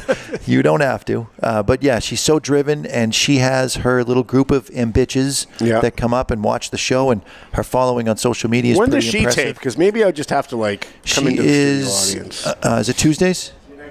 See, yeah, we see her every Tuesday. Tuesday at 11. I'm not touching that one. At 11 a.m.? Yeah. I might be able to do 11. I don't take know a little if I nap can, and then but come in. I might be able to. 11 a.m. is a lot easier than 10 a.m.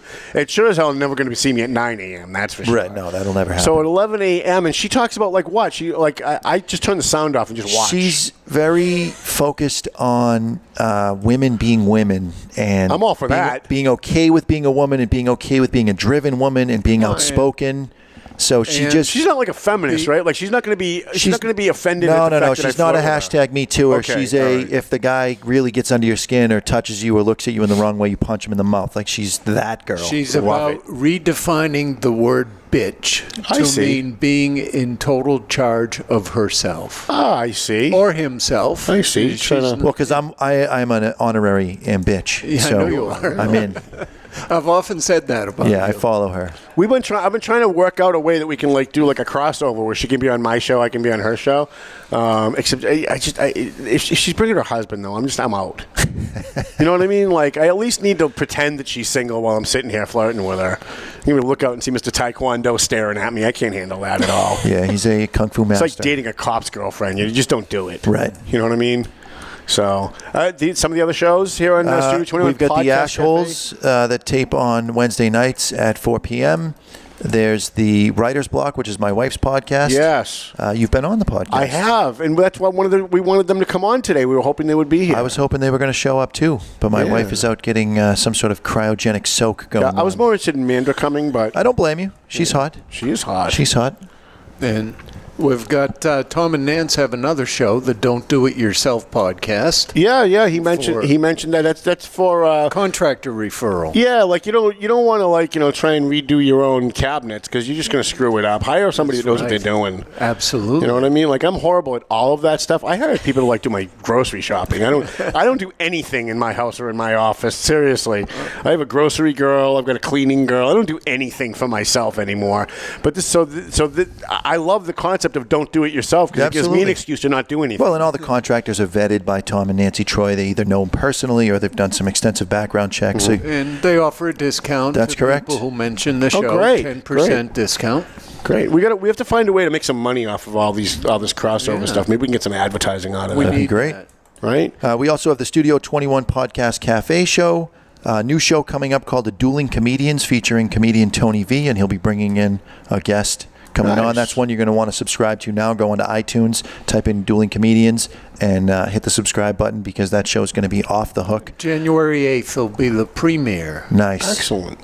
Friends in Recovery, the drug addiction recovery podcast. Now, who's running that? Is that Phil Leahy? That is Mike Miles and Ed Chanchio from the Genesis House in Florida. I know they're affiliated with Phil Leahy. I think they are affiliated with I'd them. actually love to come in on their show at some point and talk They would about love to have you. Yeah. You got Easy Money New England with Brian D'Amico, thank you. And the Real Estate House Party featuring Rick Carter, attorney... Paralegal extraordinaire Kathy Holzhauser, and comedian Tony V. Yeah, and rounds out the they often lineup. have other comedians in. Lenny Clark he's been in it a few times. Artie Januario, if you know Artie, so it's a good show. Yeah, well, excellent. Listen, one of my favorite podcasts besides Tom and Nancy Troy is Dave's, talking about how you can do your own podcast. Because as I said earlier, if you have a voice but you have no vehicle to get that voice out in today's technology market, you might as well just be standing out in the middle of the wilderness talking to yourself. Correct. And Dave has created an outlet, a vehicle for people to get their voices out, to be whatever it is, whether it's barbecue pits, whether it's businesses in the 603, whether it's cigars, whether it's snacks, whatever it is that you want to do. So if you're interested in doing your own podcast, I have a feeling someone's just going to steal Quianna away from you before the rest of the year is over. I think she's loyal. Yeah, she is, but I have a feeling that they're going to be recruiting her to do her own podcast stuff because just look at her. I mean, come on. Well, and she also happens to be very bright. Again, I don't give points. I don't give points for bright. I don't give personality points. I don't give points for how hard some girl works. I only give points for looks. But some other people do. I'm sure some other people do, and I respect that. So that's one of the reasons why I just kind of play along. Fair enough. You know what I'm saying? Fair enough. So, well, listen. You were our first producer here on the Paying Attention podcast. And we are ending our first year with you being a guest here on the Paying Attention podcast. Hopefully, we're going to be able to make it another year so we can go right into our 20th year of Paying Attention. I think you'll have no issue. Yeah. It's all going to depend on advertising, and we actually lost one advertiser over the year over the Steve Saber situation, right? So we need to replace him. We have one spot for an advertiser. We do appreciate Paul Lambert. We have to cut a commercial for him. He actually does sponsor the show. We don't do a specific commercial for him, but we throw his stuff down there, and dental partners. But hopefully we can have you on the show again. I mean, I actually like being able to promote the other podcasts here on my podcast because I think a rising tide lifts all boats. Of course. I think, having my audience be exposed to what you guys do, what they do with the barbecue pit, what they do with Success in 603, Snack Authority, all that. I think what you guys do is valuable. I think it's valuable for the community. I think it's valuable for the industry. Well, it really is about people getting their individual voices out there, and I love the idea of being able to cross-pollinate from one platform to another. Right. And Tom, just so you know, the over-under for the year was you losing 3 advertisers. Right. So you hit the under, which was great. Yeah. Well, listen, I'm surprised we have any advertisers, quite frankly. I'm not, because you deliver a very consistent product. You are who you are. And some people, and I've had this conversation with many people who meet you, and they're a little put off by your I don't want to say aggressiveness, but you're very right up to the line. This is who you are all the time. Right. And then they get to know you, and they're like, you know what? He's not a bad guy. Right. Well, don't be telling people that. I don't tell them. Okay. They come to their own conclusion. I don't force it down their throat by any stretch. Yeah, I prefer if they think I am a bad guy, and then that way they just kind of stay away, But unless they're willing to pay. Well, yeah, if they're willing to pay, then we'll be happy to be nice to you. Quite frankly, listen, I'm surprised that we're getting ready to celebrate our 15th anniversary of the Valley Patriot in March, because when we first started this paper, I was in Boston radio, and I convinced my boss to lay me off, and I figured I'm going to be laid off for like 6 or 8 months. If it doesn't work, I'll go back to radio. And we were in the black from the very first month. And even after that first month's success, I turned to my girlfriend Paula at the time and said, yeah, boy, I'll tell you, if only we could be like this every month, well, we'd have a successful newspaper, but this isn't going to make it a year. I mean, because we were just pissing off everybody. The mayor was mad. The city councilors were mad. We were getting death threats. And here we are, like, approaching our 15th anniversary, and we're still around. No thanks to Methuen Mayor Jim DiZoglio, who's trying to shut us down. We still have challenges every day, but we're still here. And I'm just shocked. I'm shocked that the show is still on. I'm shocked that the paper's still going. No, you're fighting for all the right stuff, and the most important is the First Amendment right. to free speech, and that's my favorite part about you is that you don't shut anybody down. Anyone can come on the show anytime they want, right, and they can express their opinion, and you can disagree with them, but you can leave the show friends, and I dig that about you. Yeah, and when the whole thing with Steve Saber happened, I did kind of feel bad. I'll admit now, I did kind of feel bad that maybe his wife, felt bad about what I said. But then we offered the opportunity. Why don't you just come on the show? We'll work it out. Like, come on, we'll talk about it. You could call me an a-hole or whatever you want to do. I probably would have even apologized had he been man enough to do that. And then we could have talked about other stuff. We could have talked it through and could have showed people at home what grown-ups do. He had no interest in doing any of that. He had no interest. He would rather demonize me in other platforms. He'd rather have his family go on Facebook and say, what is it that they claim that I wished his wife would get raped? That was what was posted online, that I came on my show and I said that I wished that Steve Saber's wife got raped. Which That's is what not they said. which is not what you said. Not even close to what I said. Close. And so it was just kind of like, there are people that don't want to come on. They don't want to face the tough questions. Sometimes even they're just embarrassed by their own behavior and they just want to forget that it ever happened. I always thought that being an adult, being mature, you sit down, you work it out. You sit down, you have a conversation, you try and find something you have common with, you try and work it out. And when you walk away, hopefully there's no bad feelings. A lot of people have come on the show, they'll never come back. That's on them, as far as I'm concerned. Amen to that. So, Mr. Jonathan, thank you for coming. Thanks for having me. Quianna, thank you for being here today. You're going to be here next week, too? Every week. She's going to be here every week. Did you hear that? She's going to be here every week. That is awesome. And hopefully we can get Maddie and Meredith back. Then it'd be awesome. We'll have a little ambitious show going on here. I want to thank Rich Russell, our photographer extraordinaire at the Valley Patriot. Always reaching out and helping us out in every way that he can. John Cuddy. Thank you for your service, John. A hero veteran who writes our hero column. Craig Dufton. Did I get that right, Craig? Craig does the Success of the 603. And Johnny from Barbecue? Pit Life BBQ. Pit Life BBQ. Sorry, I knew I was going to screw that up. Here on the Studio 21 Podcast Cafe. We will see you next year, which would be like next week, right?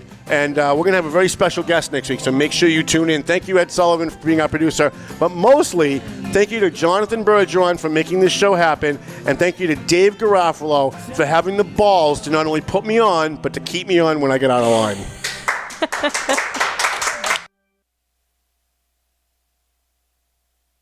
The views and opinions expressed by the hosts, guests, or callers of this program do not necessarily reflect the opinions of the Studio 21 Podcast Cafe, the United Podcast Network, its partners, or affiliates.